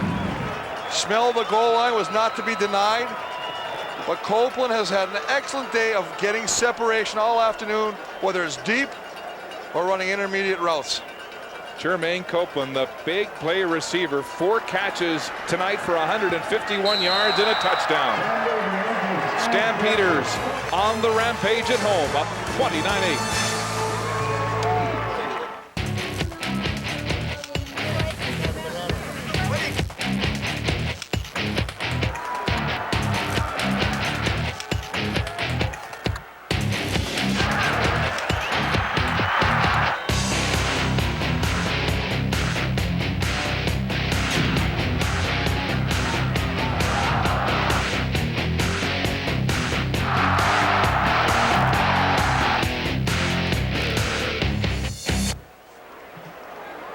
Jermaine Copeland, 4 catches, 151. That's a season high and the best he's had in 2 years. The last 2 years in the CFL. A big touchdown catch, and the Stampeders, Chris, are making Calgary pay for their turnovers. That's 21 points now. Henry Burris has engineered off of Winnipeg turnovers. Well, they say they'll kill you, and they've really done a nice job of doing that today. Short kick, Wade Miller. Sure hands, and a return of just 4 yards after a 37-yard kick into the wind. And it looks like there could be another quarterback change for the Blue Bombers, as Jim Daly is going to his number 3 quarterback, Russ Mickna. Mickna, who was signed by the Bombers, Chris, just 1 day before training camp, and emerged as the surprise quarterback in camp, impressing a lot of learned observers in the Peg. Well, all the receivers said in preseason they all thought he was the best quarterback in preseason. First down, Blue Bombers struggling on offense after losing Kevin Glenn. The southpaw delivers to Stokes. He gets inside Scott Coe, but John Grace is right there to make the tackle. There's debris all over the field at the 45. Let's check those 3-quarter numbers, Chris. 15-9 for the Stampeders, and again the passing game, the real look at that eyesore. story right here. But again, you talked about it, Mark. 3 turnovers, 21 points.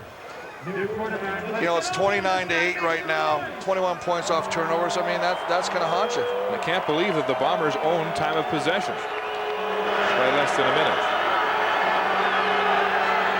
2nd and 4. On the ground, Charles Roberts can't find a hole. He's caught from behind.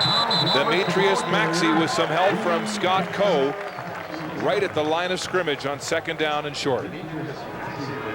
Scott Coe getting in there again, the very active line backing group, just trying to make things happen. But again, it's the same scenario. They're trying to pop Charles Roberts in between the tackles.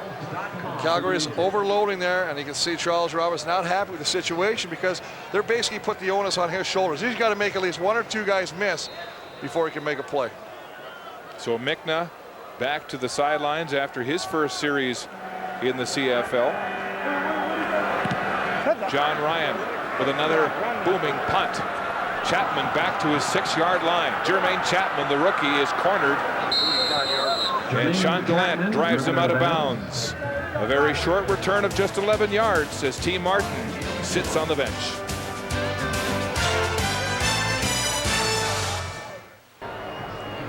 The Stampeders making a change at quarterback, up 29-8. This is Jason Gesser, the rookie out of Washington State, who passed for nearly 3,500 yards in his senior season at Washington State, second in WSU history behind Ryan Leaf and right behind Drew Bledsoe's 1992 mark. So he's got some interesting college pedigree and goes to work here for the first time in the Canadian Football League. Gesser behind his center, handing off Joffrey Reynolds with a straight arm, and he's caught from behind. Sean Woodson in on the tackle for the Blue Bombers and a gain of 4. Well, let's take a look at this other touchdown. I want to show you something inside right here. There is Jermaine Copeland. Here's a linebacker right here. There's no safety. That's the big thing. Let's run this play a little bit, fellas. Watch as Copeland releases. Now freeze it right here. There's no jam. You got to jam him right here. Run it. Watch what happens now. Who has to come over? This guy's got to do the chase all the way over. That's a no-win situation for Franklin, trying to catch a Strickland Copeland like that. What a heads-up play by Burris. Last play with the wind, goes deep, 61 yards to Copeland. Trouble there. Gesser scrambling for his life. Lots of room for the quarterback to run here. He'll have the first down, trips across the 40. Jason Gesser moving the sticks, 22 yards for Calgary. Well, they're all laughing right now because Jason Gesser all of a sudden had so much real estate he couldn't believe it. And he actually got caught by the turf monster as well. He's laughing. He's having a good chuckle right there. Show a little bit of athletic ability. Jason Gesser threw 77 touchdown passes in his career at Washington State in the Pac-10 Conference, just 8 behind the record set by Stanford's John Elway. You see the time of possession right there, way ahead of all game last week against BC. Quickly, let's go down to the sidelines, and here's an update from Elliott. Mark, Ryan Bosé is done for the day, Joey Bosé is done for the day on the Calgary sideline, defensive backfield. He's got a right hamstring problem. He won't play. And the reason that is of concern is that he was the guy who was calling the defensive signals today, with Trey Young making his first start at free safety. Mark? Thank you, Elliott. You're thinking of Ryan Leaf. Ryan Leaf on your mind, and there's Alexander Gauthier, the left tackle, as the Stampeders are dropping like flies. Gauthier injured earlier in the season when the rookie Godfrey Ellis had to move to left tackle. And they're looking at his right arm. There's Henry Burris, who is home and cooled out here with a 29-8 lead, giving Jason Gesser some time at quarterback. And let's check Henry Burris's passing numbers in this game. 14 of 25, below his 61.8% completion percentage coming in. But look at the yardage, 317, 3 weeks in a row that he's been over 300 yards. That's a good sign. Started slow, but really came on strong. Really moved the ball well, effectively. I thought the biggest thing that Henry Burris did is he really did a masterful job of avoiding the rush. Let the rush go to the outside. He picked his spots. He utilized his athletic ability, his foot speed to get outside or break containment. Smiling Hank with a big grin on the Calgary bench. A 21-point lead, and interestingly enough, 21 points off of Winnipeg turnovers. Henry Burris coming to this football team as a prized free agent after leading Saskatchewan to the West Division Championship and losing in overtime. He's a spectacular athlete with a big arm. Nice afternoon for Mr. Burris. And there's Gauthier on the sidelines. He was Ottawa's first-round pick back in 2002. And he's injured again on the ground. Joffrey Reynolds in that shotgun draw. Short gain on the play. Well, with Alexander Gauthier out, they'll bring in David Delaparelle. Actually, they've got Tyler Lynham in, Chris, the second-year man out of the University of Calgary. There's Crysdale enjoying the proceedings, but that's 2 offensive linemen here banged up. Crysdale with that knee scope on Tuesday, and he's got ice on it right now. He thinks he can be back for the BC game next week. Well, I'm actually surprised. They must have a lot of confidence in Tyler Lynham. This is a converted defensive lineman. They said he's got all the technique, he just doesn't understand how to push yet or punch, and there he is right there, and they got the sack on him right there. You got a guy like David Delaparelle who is a real offensive lineman, and I'm not against Tyler Lynham. He's probably going to be a very good offensive lineman in time to come, but he's a defensive lineman mentality. He hasn't figured out how to punch, how to time the punch. He gets burnt right now. He's right at the top right there. Now let's watch as he's run this play. He's going to slide, but as you see, he doesn't understand the punch, so his momentum takes him past it. Defensive end is able to come back inside and make the play. The face masking penalty that will move the football 15 yards. Tom Kennedy in on the sack. Well, that's just one of those things. I mean, you do everything right, you bring the quarterback down, and then you get a face mask, and instead of having a second and long, you give him a fresh set of downs 15 yards up. 5th sack of the season for Canada, and this number 2 sack defense from Winnipeg. Here they come again. They bring the house. Gesser quick with a hot route. And it's incomplete, intended for Brent Ralph, as William Fields seals quickly from his corner position. Well, they really haven't gone after William Fields much this afternoon. That's probably a sign of respect. And we talked about how well he is playing on that short side corner.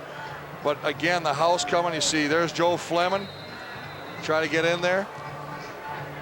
William Fields had 4 interceptions coming into this game, second in the CFL only to Ottawa's Corey Banks, and he's said at times it feels kind of lonely out there because you're right, a lot of quarterbacks have not come to the short side corner. Which is strange because they usually attack the short side. Second down, Gesser drops the football, still loose. Jeff Pilon tried to go down for it. Gavin Walls in on that heap. And Ken Lazarick is trying to look. Well, this is the big rugby scrum. It's a turnover. Winnipeg football on a botched snap by the backup quarterback. And it looks like Tom Canada has got his meat hooks on that football. He does. A sack and a fumble recovery on this drive, and Winnipeg takes over.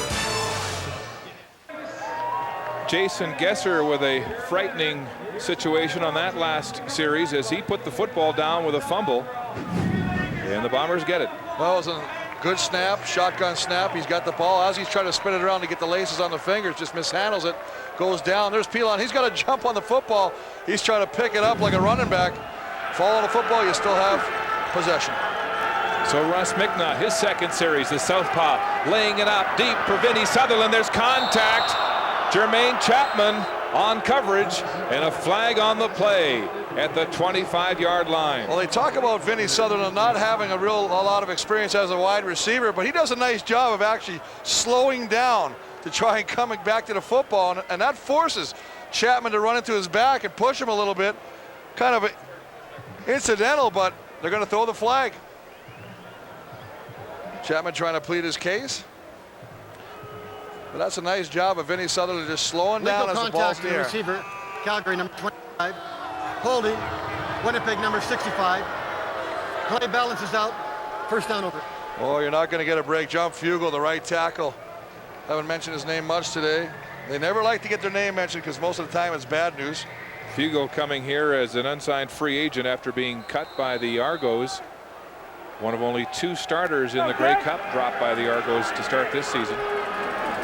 Here's McNaugh again under pressure, gets it away, complete to Stokes. Stokes gets outside, heading for the first down. He's got it and steps out of bounds in front of Ben Kelly, the rookie corner. A 12-yard gain for Keith Stokes. And the big thing, you got to remember that Russ McNaugh has been in the NFL. He's been on the practice roster. He's run, the practice squad teams. He's got a lot of composure in it. The southpaw does a nice job. He throws balls. He delivers football where receivers have opportunities to catch him. That's a sign of a good quarterback. Nice job of getting that, swinging that ball out to Keith Stokes. McNaugh spent last season on the practice roster with the NFL St. Louis Rams, signing as an undrafted free agent. First down, the southpaw under pressure, waits patiently, showing poise, and it's complete to Milt Stiegel, who's driven back. They'll spot the ball at about the 30-yard line. And one of the things you got to like about a quarterback is you watch the mature pro. Now, Keith Stokes is open on the sideline. They don't see that. He looks him off and comes back to Milt Stiegel. Now, a young quarterback who panics sometimes, feels the pressure, he sees one guy open, he throws the football right there. He doesn't. He holds on to the football like you said. Good patience, finds Milt Stiegel. McNaugh was the number 2 passing all-time with the Illinois Leathernecks in his NCAA career, showed tremendous poise there against the blitz. Second down, across the middle. This time he throws it too high, but I don't know, Stokes could have had it. Well, Stokes is about 5'4", but just a little over his hands, and he wanted that one back, and I think that Keith Stokes figures he could have caught that football, and that would have been a big play, because had he caught it, he had room to run. Just going to be a little swing. It's just going to come across the middle. Dumping his hands. That's right there. He's got to catch that football, Mark. Well, the Bomber quarterback's let down again by a drop pass, which bothered the head coach Jim Daly in that first half, and it's a third down gamble with 8:43 and counting to go and a 29-8 Calgary lead. Third down, 5 to go. Mickna under the pressure, has his arm hit or the pass tipped as Brian Clark came in on the blitz. It's a turnover again, and Calgary will take over on downs.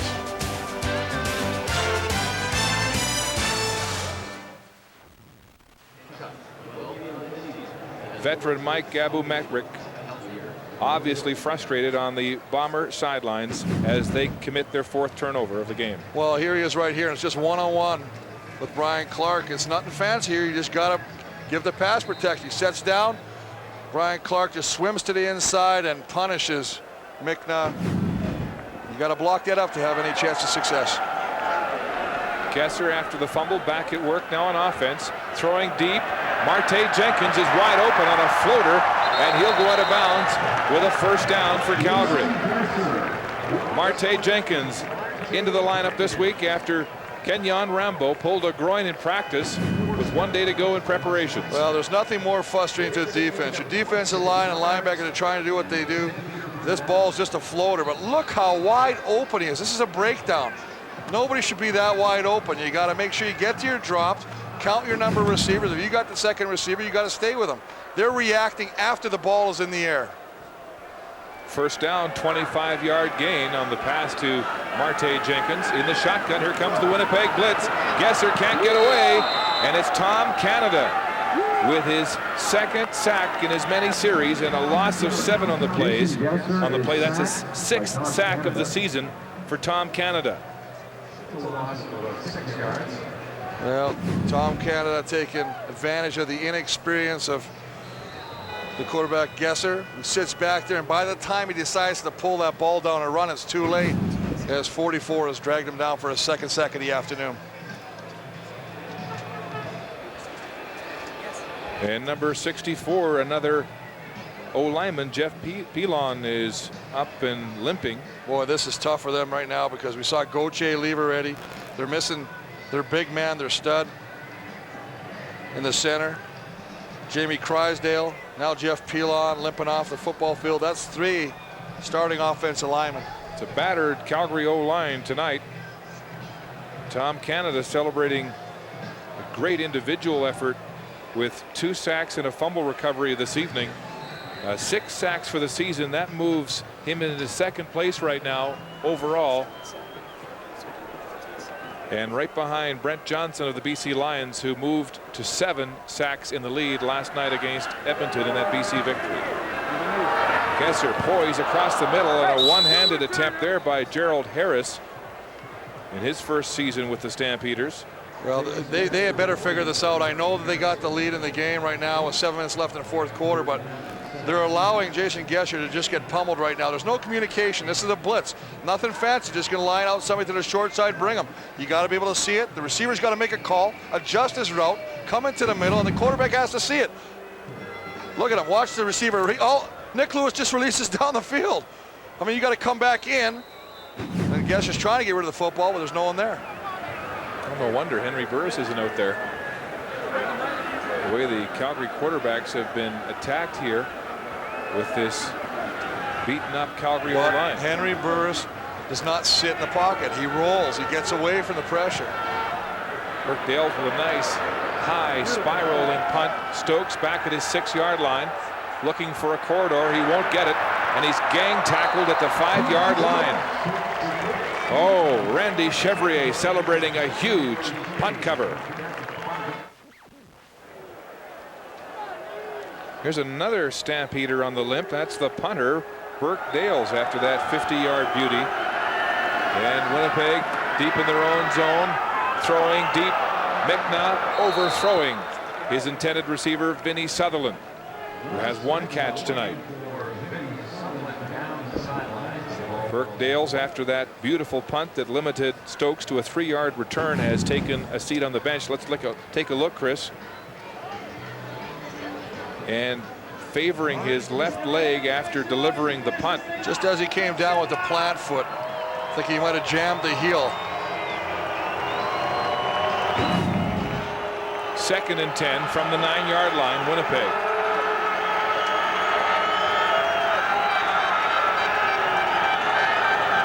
Mickna, low snap, steps up, across the middle, too high, intended for Milt Stiegel on a post pattern.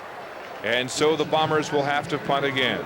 Let's update your Gillette game notes, sir. Well, we said as for success, we said that Stiegel, Stokes, Stoddard, and Sutherland had to get involved. A total of 8 catches for 110 receiving yards. A lot of that in the second half. On defense, Reynolds wrap. They have to hold Joffrey Reynolds, try and limit his production. They did a nice job. 11 carries, 39 yards, 1 touchdown, but he ran enough to open up that passing game. The Winnipeg punter, John Ryan, averaging more than 60 yards, and he'll have the wind as he kicks from his end zone, hammering that one with all of his might.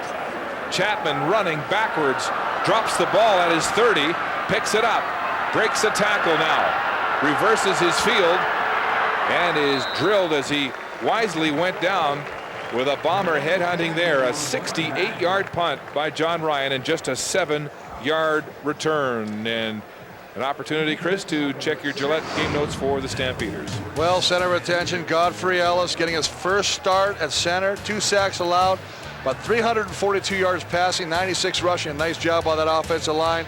An opportunity knocks. They wanted their defense to take advantage, create opportunities. Hey, 3 interceptions, 21 points off turnovers, and Trey Young didn't look out of place. No, neither did Godfrey Ellis. He has held his own, the rookie, filling in for Jamie Crysdale. Amazing that he was in grade 7 12 years ago when Crysdale started that Ironman streak of 210 consecutive games. They'll stay on the ground, and Joffrey Reynolds will have a gain of about 3 on the play up the gut as we update that score from out of town. And it's Ottawa with a 28-12 lead. Kerry Joseph with a touchdown pass to Yo Murphy after Marcus Brady threw a touchdown pass for 10 yards to Julian Radlin. And so the Hamilton Tiger Cats on a collision course to stay the only winless team again this week. 0-6. They're doing everything they can. They're trying to get off that, trying to get that monkey off their back. Jason Gesser at quarterback on a 2nd down situation. 7 yards to go in the shotgun.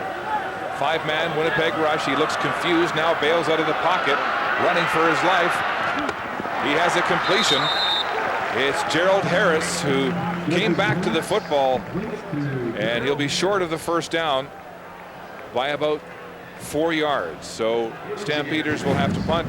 Burke Dales is still limping. Well, it really does reflect the importance of the quarterback position. When Henry Burris is in there, it just shows it's like a different offense out there.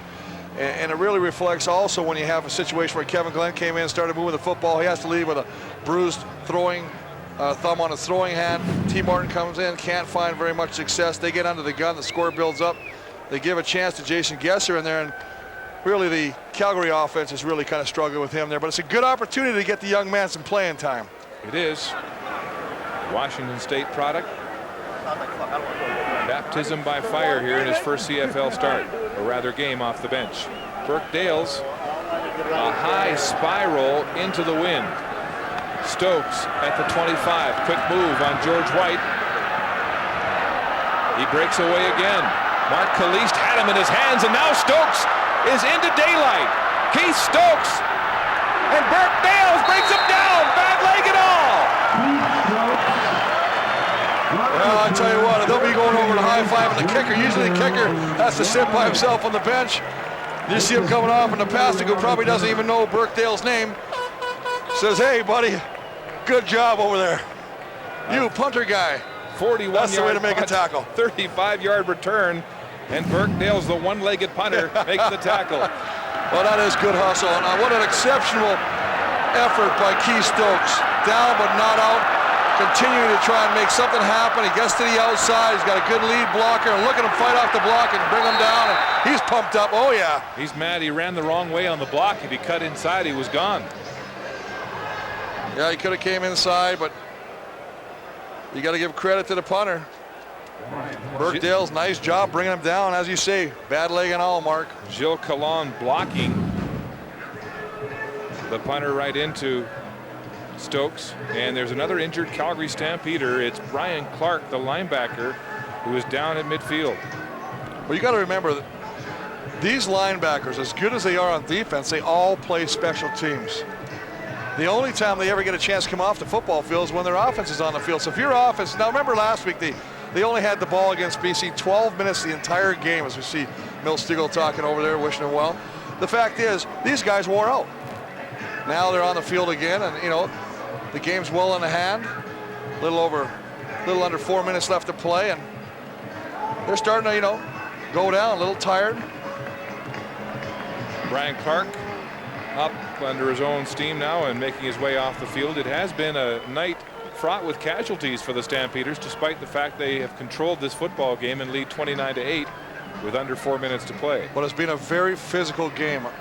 Very, very physical. A lot of hitting going on out there, and I'll tell you, it's Brian Clark who is the leader. He calls the defense from the linebacking crew.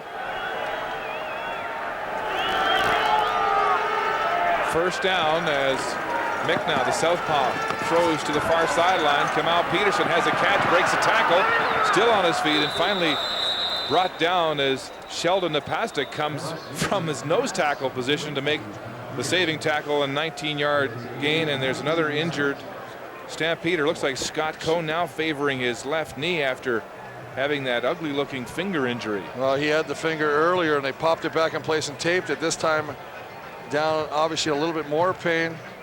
And they're going to look at that right knee. I don't know if he got chopped. I didn't see. We'll have to look at it and see what happens. He's going back. He's just doing a back pedal. He's going to try and get a shot on Milt, check him off, come back to the inside and pick up. And as he does, whoa! Guys, back that up a little bit. If we can back it up, watch that knee hyperextend. I don't want to see that again. Oh, it hyperextended. It looked like his foot locked up on the turf and his knee hyperextended badly. Oh, you could just see it bow out like that. Oh, that's not pretty. It's all the Stampeders can do, but to get the last 3.5 minutes of this game done with and get off the field. Well, that's exactly what you're saying, Mark. The fact is, we've seen two offensive linemen. We said Pilon go and Gauthier go off. Now we've seen Cole already with a finger where they had to pop it back in, tape it, and send it back in. And now we've just saw that incredibly disturbing visual of the knee just kind of sliding out. He's had two of the most horrific-looking injuries of the football game. And Tom Hagen's looking a little concerned here. His team has put in a dominating performance at home, and his players have taken a beating physically. As Scott Coe, who I'm giving a vote for Warrior of the game. I mean, that's amazing to see what we just saw, the way it bent. We're going to slow it down. Maybe we can't. Watch it. Oh! Even in slow motion, that looks painful. He played last year with a shoulder that was so badly injured, they had surgery scheduled for the week after the season ended. He's a man that shows reckless abandon for his own body. And a couple of weeks ago, Jason Claremont was saying he has no regard for his body, and he finds your last nerve and steps on it as a defender. Micknow with something going here. Time escapes the rush. A Houdini act there for the backup. Throws it down the sideline. And it's a completion to Jamie Stoddard. So Micknow making something out of nothing there, and a 12-yard gain for a first down. Well, showing great poise on the football field. It looked like he was going to be taken down for a sack. The pressure came all around him, and he just kind of escapes, goes to the opposite way, throws cross body, and delivers a nice little football to a streaking Jamie Stoddard, who's running straight to the sideline. Stoddard with a couple of timely catches for the Bombers here in the second half, getting his start, his first start of the season, following the Wayne McGarity release. One might beg the question, Mark, depending on the finish that Micknow puts on today, will he have an opportunity to play next weekend? Maybe he might be the starter. I mean, I like the way he's handling the football. Here's Charles Roberts with an outlet pass from Micknow. And he'll be just shy of the first down, a gain of 9 on the play. You're right, this could be an audition for next week. Well, they liked him in preseason. They said he showed much. When he brought him in, he was basically just going to be a throwing quarterback. Just kind of like somebody to throw balls at receivers during practice, but he stood out so good, they said, we got to keep this kid around him. Look what he's doing. Alberta.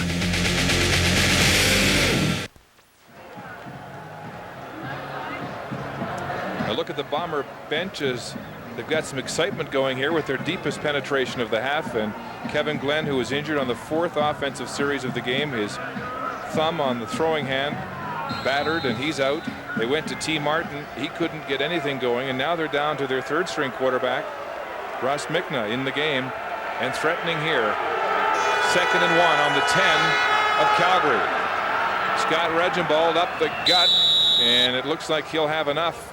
Maybe 2 yards for a Bomber first down. And you have raised the specter of a quarterbacking change in Winnipeg. If Kevin Glenn can't play next week at home against Hamilton, does Russ Mikna start? Do they bring Spurgeon Wynn on the roster? Well, I think there's a couple of questions to be asked. I think when you could be potentially and should be at the end of this game 1-6, you've got to try anything to get out of this funk right now. And I'm looking at a guy who seems to make the right decisions on the football field. Granted, it's at the end of the game, and granted, the Calgary's got the lead, but I do like his poise right now. His read, his dumping of the ball, his movement, even on that last play, when he handed the ball off to Reginbald, he pretended he still had the football and ran around the end. I mean, these little things really do make a big factor in a football game. Not bad numbers either. They're 5 or 9, 56. Well, they didn't get it on that last plunge by Reginbald. It'll be 3rd and inches. And the ball on the 9-yard line.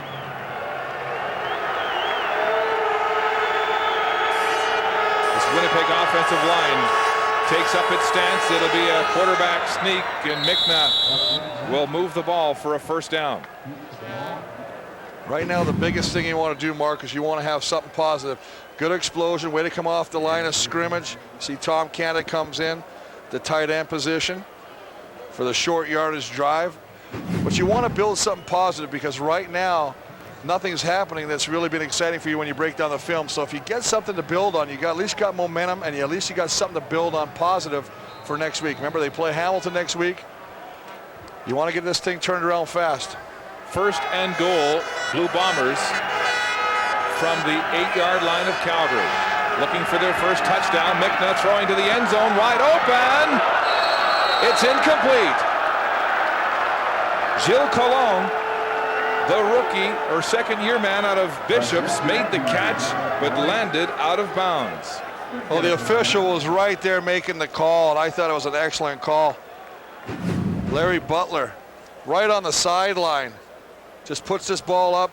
Cologne tries to go up. Now watch when he comes down. Where's his foot land? He has to get 1 inbounds. Take a look. That's a great call. He's right on the line. Nice call by the official. And a flag on the play. It looks like it'll be roughing the passer, so a break for the Bombers. Well, late hit right there. Around the head, Raheem Abdullah. Any shot to the head, they're going to call that. And that's something that, you know, you want to pull off. I mean, it was 3rd down.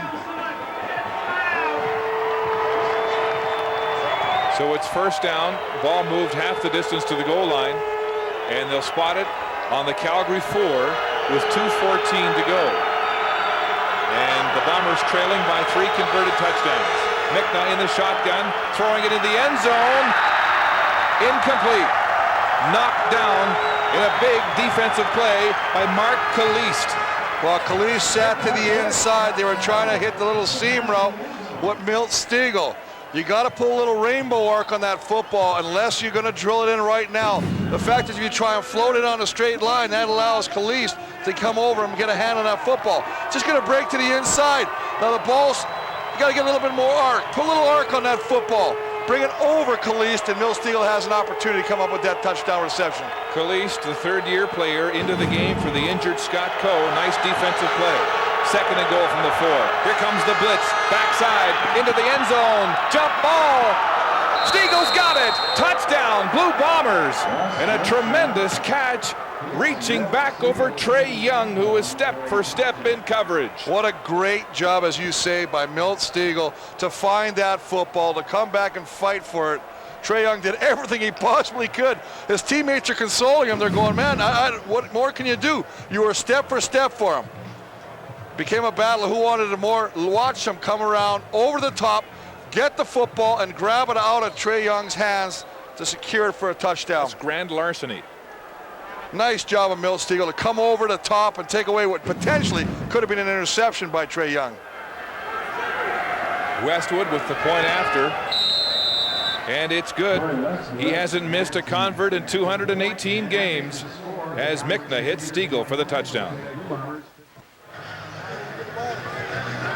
Russ Mikna in his first ever CFL game in relief here tonight with his first ever touchdown pass, hitting Milt Stiegel, and afterwards Mikna was just shaking his head in disbelief at the effort made by the veteran receiver Stiegel. Well, he put this ball up and he wanted to go a little further to the outside of the end zone.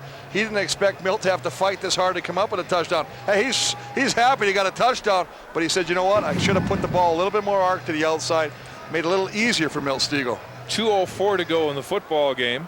Might we anticipate a short kick? You might indeed.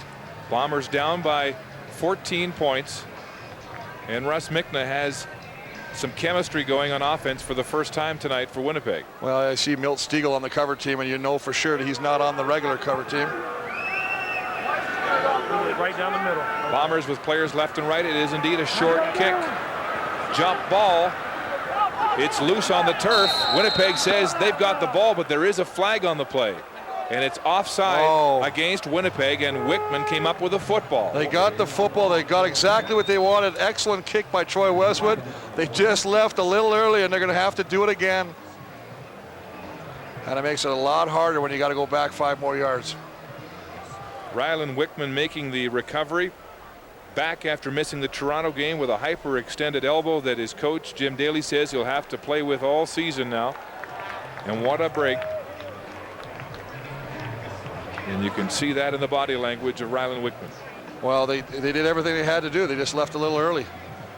It's one of those things you work on them all week in special teams just in case situations like this arise. Just in the bottom, you're just going to see as they go right here, they try and tie them up, and they're just going to say, so close. That's very, very close. So they'll have to do it again, even though they'll spot the ball. The kickoff from the 35. Here's Westwood coming to the same side of the field. A high ball, knocked out of bounds. The Bombers have it. Tip, and Wickman's got it again. And there's another flag on the play. Well, another Milt Stiegel was drilled out of bounds as he went up for the football. That's what happened. And also, I think Wickman might have earned himself a job as a receiver. He's got some sweet hands, 5. Wickman gets the ball again and frustrated as the call is explained to Westwood.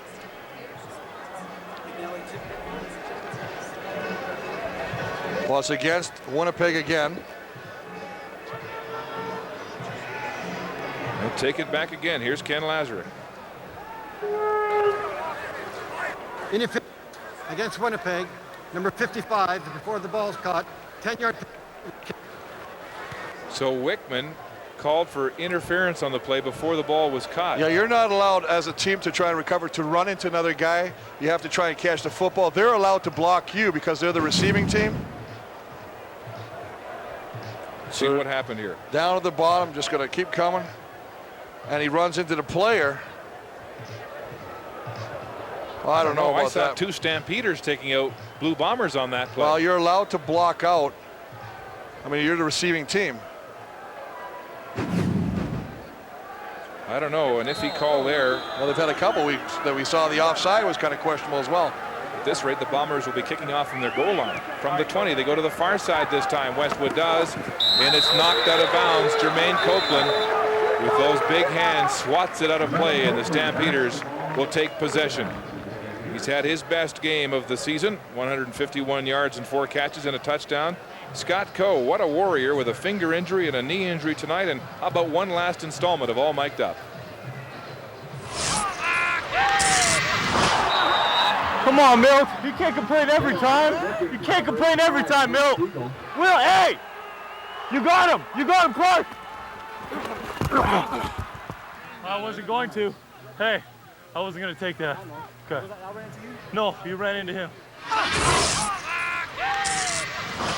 Now he's got his knee all iced up after that ugly-looking hyperextension. Had his finger put back into place after what looked like a dislocation.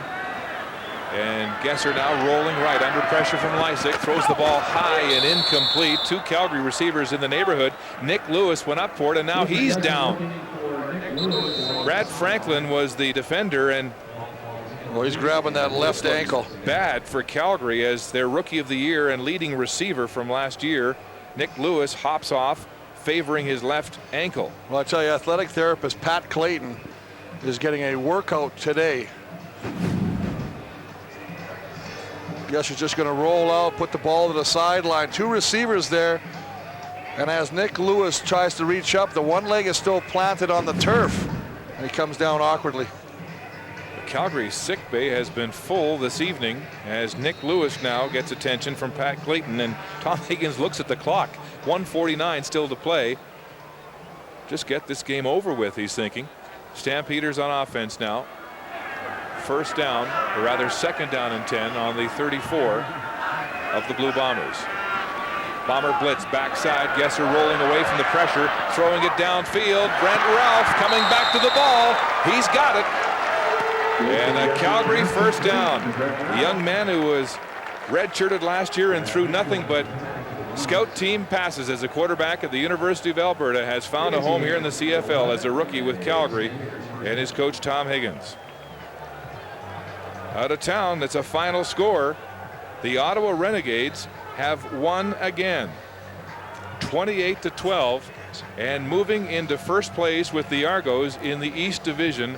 Who would have thunk that, Chris, after what they went through in the offseason? And what they say that Joe Paupaou had to win 9 games to get a contract extension. Well, he's got his 4th one already. Stampeders first down on the ground. Joffrey Reynolds is caught from behind, and Tom Canada makes the tackle, having an outstanding evening on defense for this beleaguered Winnipeg team. Well, the defense has really done a nice job for the most part up the front. I think they've got some problems in the secondary. I don't think where they need to be where they should be. They're playing soft on the receivers. They're giving the receivers too much respect. I think you want to make sure that a receiver respects you. That means you got to play physical, get in his face. If you start giving him a bit of a cushion and he starts to catch a few balls, a la Jermaine Copeland, it could be a long afternoon. 2nd and 8 for the Stampeders in that bunch formation on the ground. Joffrey Reynolds, it's conservative play calling now, and he's driven back at the line of scrimmage. Doug Brown and Ryland Wickman in on the tackle. Let's compare the battle of the number 1 and number 2 running backs this evening. Well, you see Charles Roberts, 19 for 83, 13 for 44. The fact is, I mean, Charles Roberts got the ball early, was successful, but when Kevin Glenn went out, they realized that T. Martin, when he came in, was not throwing the ball effectively, so they tightened up and put all the linebackers in the box, made it very, very difficult for Charles Roberts to run the football. And Joffrey Reynolds, I mean, he displayed what he had to on the goal line with that nice 5-yard run early in the game when he ran over one of the linebackers. Tough running back, got his bell rung early today. Yeah, came back, answered the bell. He showed a lot of grit and determination tonight, coming back after that big hit from Wes Lysick. And the Stampeders have called a timeout with 34 seconds to go. So let's revisit the complexion of the West Division in light of tonight's outcome. The Stampeders with a 29-15 lead and in complete command here. They will move to 3-3, evening their record to 500 and moving into a 3rd place tie with the slumping Saskatchewan Roughriders. Well, here you see it right there, and you're exactly right, 6-6, and of course every game, this is a 4-point game, and now look at, you got the separation, Winnipeg and Calgary, and it makes it very, very difficult right now because you're trying to get in there, at least that 4th place position, hoping for a crossover maybe in the playoffs. But just want to correct one font there. The Roughriders are 3-4 right now. So in fact, Calgary has a better percentage, and they're already celebrating on the bench. Burris with an outstanding day here at quarterback, and this will be a field goal attempt from the 27-yard line. Sandro DeAngelis has been perfect here this evening, and he's wide right, in a chip shot for the rookie who had missed only 1 coming into this game, and he misses his 2nd of the season and is very disappointed with his performance. Well, you know when you're right that high and you got that confidence and everything seems to go between those uprights, and then you start missing. He missed 1 last week, missed 1 today. Just a little bit of self-doubt creeps into your mind. So DeAngelis now 14 of 16 this season, still the number 1 place kicker in the CFL. Right now he's the hottest guy. And I mean, look at the teams that have had trouble. Look at Duncan O'Mahony yesterday in BC, struggled. All the veterans have been. How about Sean Fleming? Sean Fleming. And Paul McCallum had some struggles early. 30 seconds to go. Bombers taking over on their 35. Mikna firing complete to Milt Stiegel. So there's the one bright spot for the Bombers in this looming defeat. Russ Mickna, the third-string quarterback, pressed into service and looking sharp in his first CFL game. Well, Calgary's sitting in a deep zone. They're sitting in that zone, and right now Stiegel's just running to the opening, and Mickna's making the right read and getting the football to him. You see Milt Stiegel limping a little bit right now. Mickna straight back, throwing far side in the sun. Jamie Stoddard, wow, holding on and being rocked by Trey Young. And Malbrough in on the tackle as well, and Stoddard now slow to get up as he made a blue-collar catch there, Chris. Well, you know what, and that's the thing you got to admire about Jamie Stoddard. You know what, this game, if you want to look at it, 15 points, it's out of reach, it's over. But yet, you don't give up, and that's the kind of guys, that's the kind of effort I like to see when a guy goes down the field like that and he has to reach for the football, knowing full well he's going to get clocked and still hangs onto the football. That's the kind of guy you want on your football club. Jamie Stoddard with a 29-yard catch and paying a price. That's his longest reception of the season. The 6-year veteran of Brigham Young, and Mickna has the ball moving again for the Blue Bombers, but it's all academic at this point. But an encouraging note for this football team as they head home, 1-6 and dead last in the West, and having lost the season series here tonight against the Stampeders. So it's first down. Blue Bombers at the 33 of Calgary. Mickna, lots of time now, steps up, throwing deep, double coverage. Gilles Colon, the intended receiver, and he's roughed up out of bounds. Trey Young again coming over from the safety position. He has perhaps played his way onto the roster here as a starting safety as the Stampeders made the change, dumping Don McGee, saying they hadn't got enough production at that safety position. Well, Don McGee is injured, but I'll tell you another thing that's interesting is the fact that I like the way that Russ Mickna doesn't just zone in on one player. As we see, there's the big offensive guard, Jay McNeil, and his son having fun, waving, celebrating a victory together. 7 seconds on the clock. Mickna looking for the end zone, loading up. Now he'll throw. He could have run to the end zone. Touchdown, Keith Stokes with zeros on the clock. Mickna, his second touchdown pass, coming in relief as the third stringer tonight in Calgary. Has he earned the start next week? I'll tell you what, Mark, the phone lines on the call-in shows are just going to be rampant about getting number 8 behind the center. He's done everything he's had to do. Yeah, they're going to say he played against the soft defense. They had the game in hand, but no, he's still making plays. Look, they're still bringing pressure. Everybody's dropping in the zone. He steps away from the pressure, finds a wide open Stokes, and delivers a football. That is his MO. They say he delivers a football where it needs to be. Bombers have lost the season series with Calgary, but they will go for 2 here, even though the game's out of reach with no time on the clock, in case it comes into play in the interdivision rivalry here. Mickna to the end zone, and Stiegel was the intended receiver. He seemed to trip. He's looking for a flag. He won't get it as he vents at the official, and the gun sounds to end the football game. The Stampeders prevailing here at home, 30-21 to even their record to 3-3 and move into a third-place tie with the Saskatchewan Roughriders in the West Division. Bombers dropping to 1-6 and going home, though, with encouraging results from Russ Mickna. Let's go to the sidelines, and here's Elliot. Thanks, Mark, with Jermaine Copeland. Jermaine, earlier in the season, you and Henry Burris were under such heavy criticism for the slow start. Now, has it finally linked up the two of you everywhere where you need to be? Well, I think it's still on the rise. You know, we can always get better, and that's one thing we look forward to is getting better. Starting to click now. You know, it just takes time to get on the right page with your quarterback and receiver, and me and Hank's starting to hook up now. We started been hooking up in practice. It's been carried over to the game. You know, and the coach Tom Higgins was saying this week he can see the confidence growing in Henry Burris's eyes. Do you see it too? Oh yeah, you see it whenever you're on the field. You see it in practice. You know, he's starting to loosen up. The first time it was real. Baby, open all day, every day.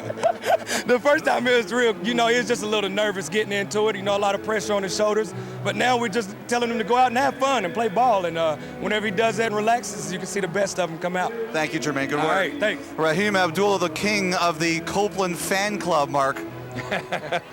Yes, Mr. Celebration, as Henry Burris joins the post-game prayer. What a day for Copeland 4 for 151 and a touchdown and a season high.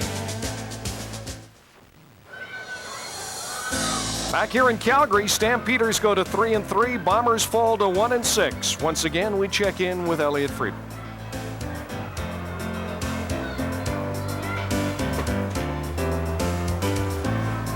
Your finger get put back into socket. We saw your knee get hurt. Is there anything working on your body right now? I'm actually, most of the people can't see it, but underneath the skin, I'm built like a robot. Yeah, so not much up here and a whole lot of parts down here. You know, Scott, coming into this game, the knock on the Stampeders defense was not enough takeaways. Today, much better. Why? You know what? We really felt that we got the pressure up front we needed. You know, those front three, Maxey, Sheldon, Raheem, they were on him all day.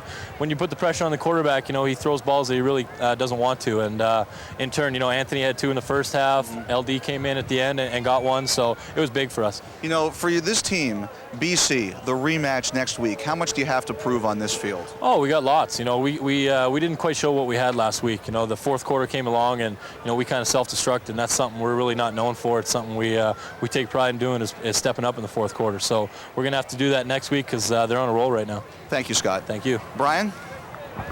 All right, Elliot, time now for the Warrior of the Game, brought to you by Rona, the how-to people. Tonight's Warrior of the Game, Scott Coe would have been a good choice, but you, the viewers, have selected Jermaine Copeland, the former Montreal Alouette. 4 catches, 151 yards, and a touchdown here today as Calgary defeats Winnipeg. The Warrior of the Game is Jermaine Copeland.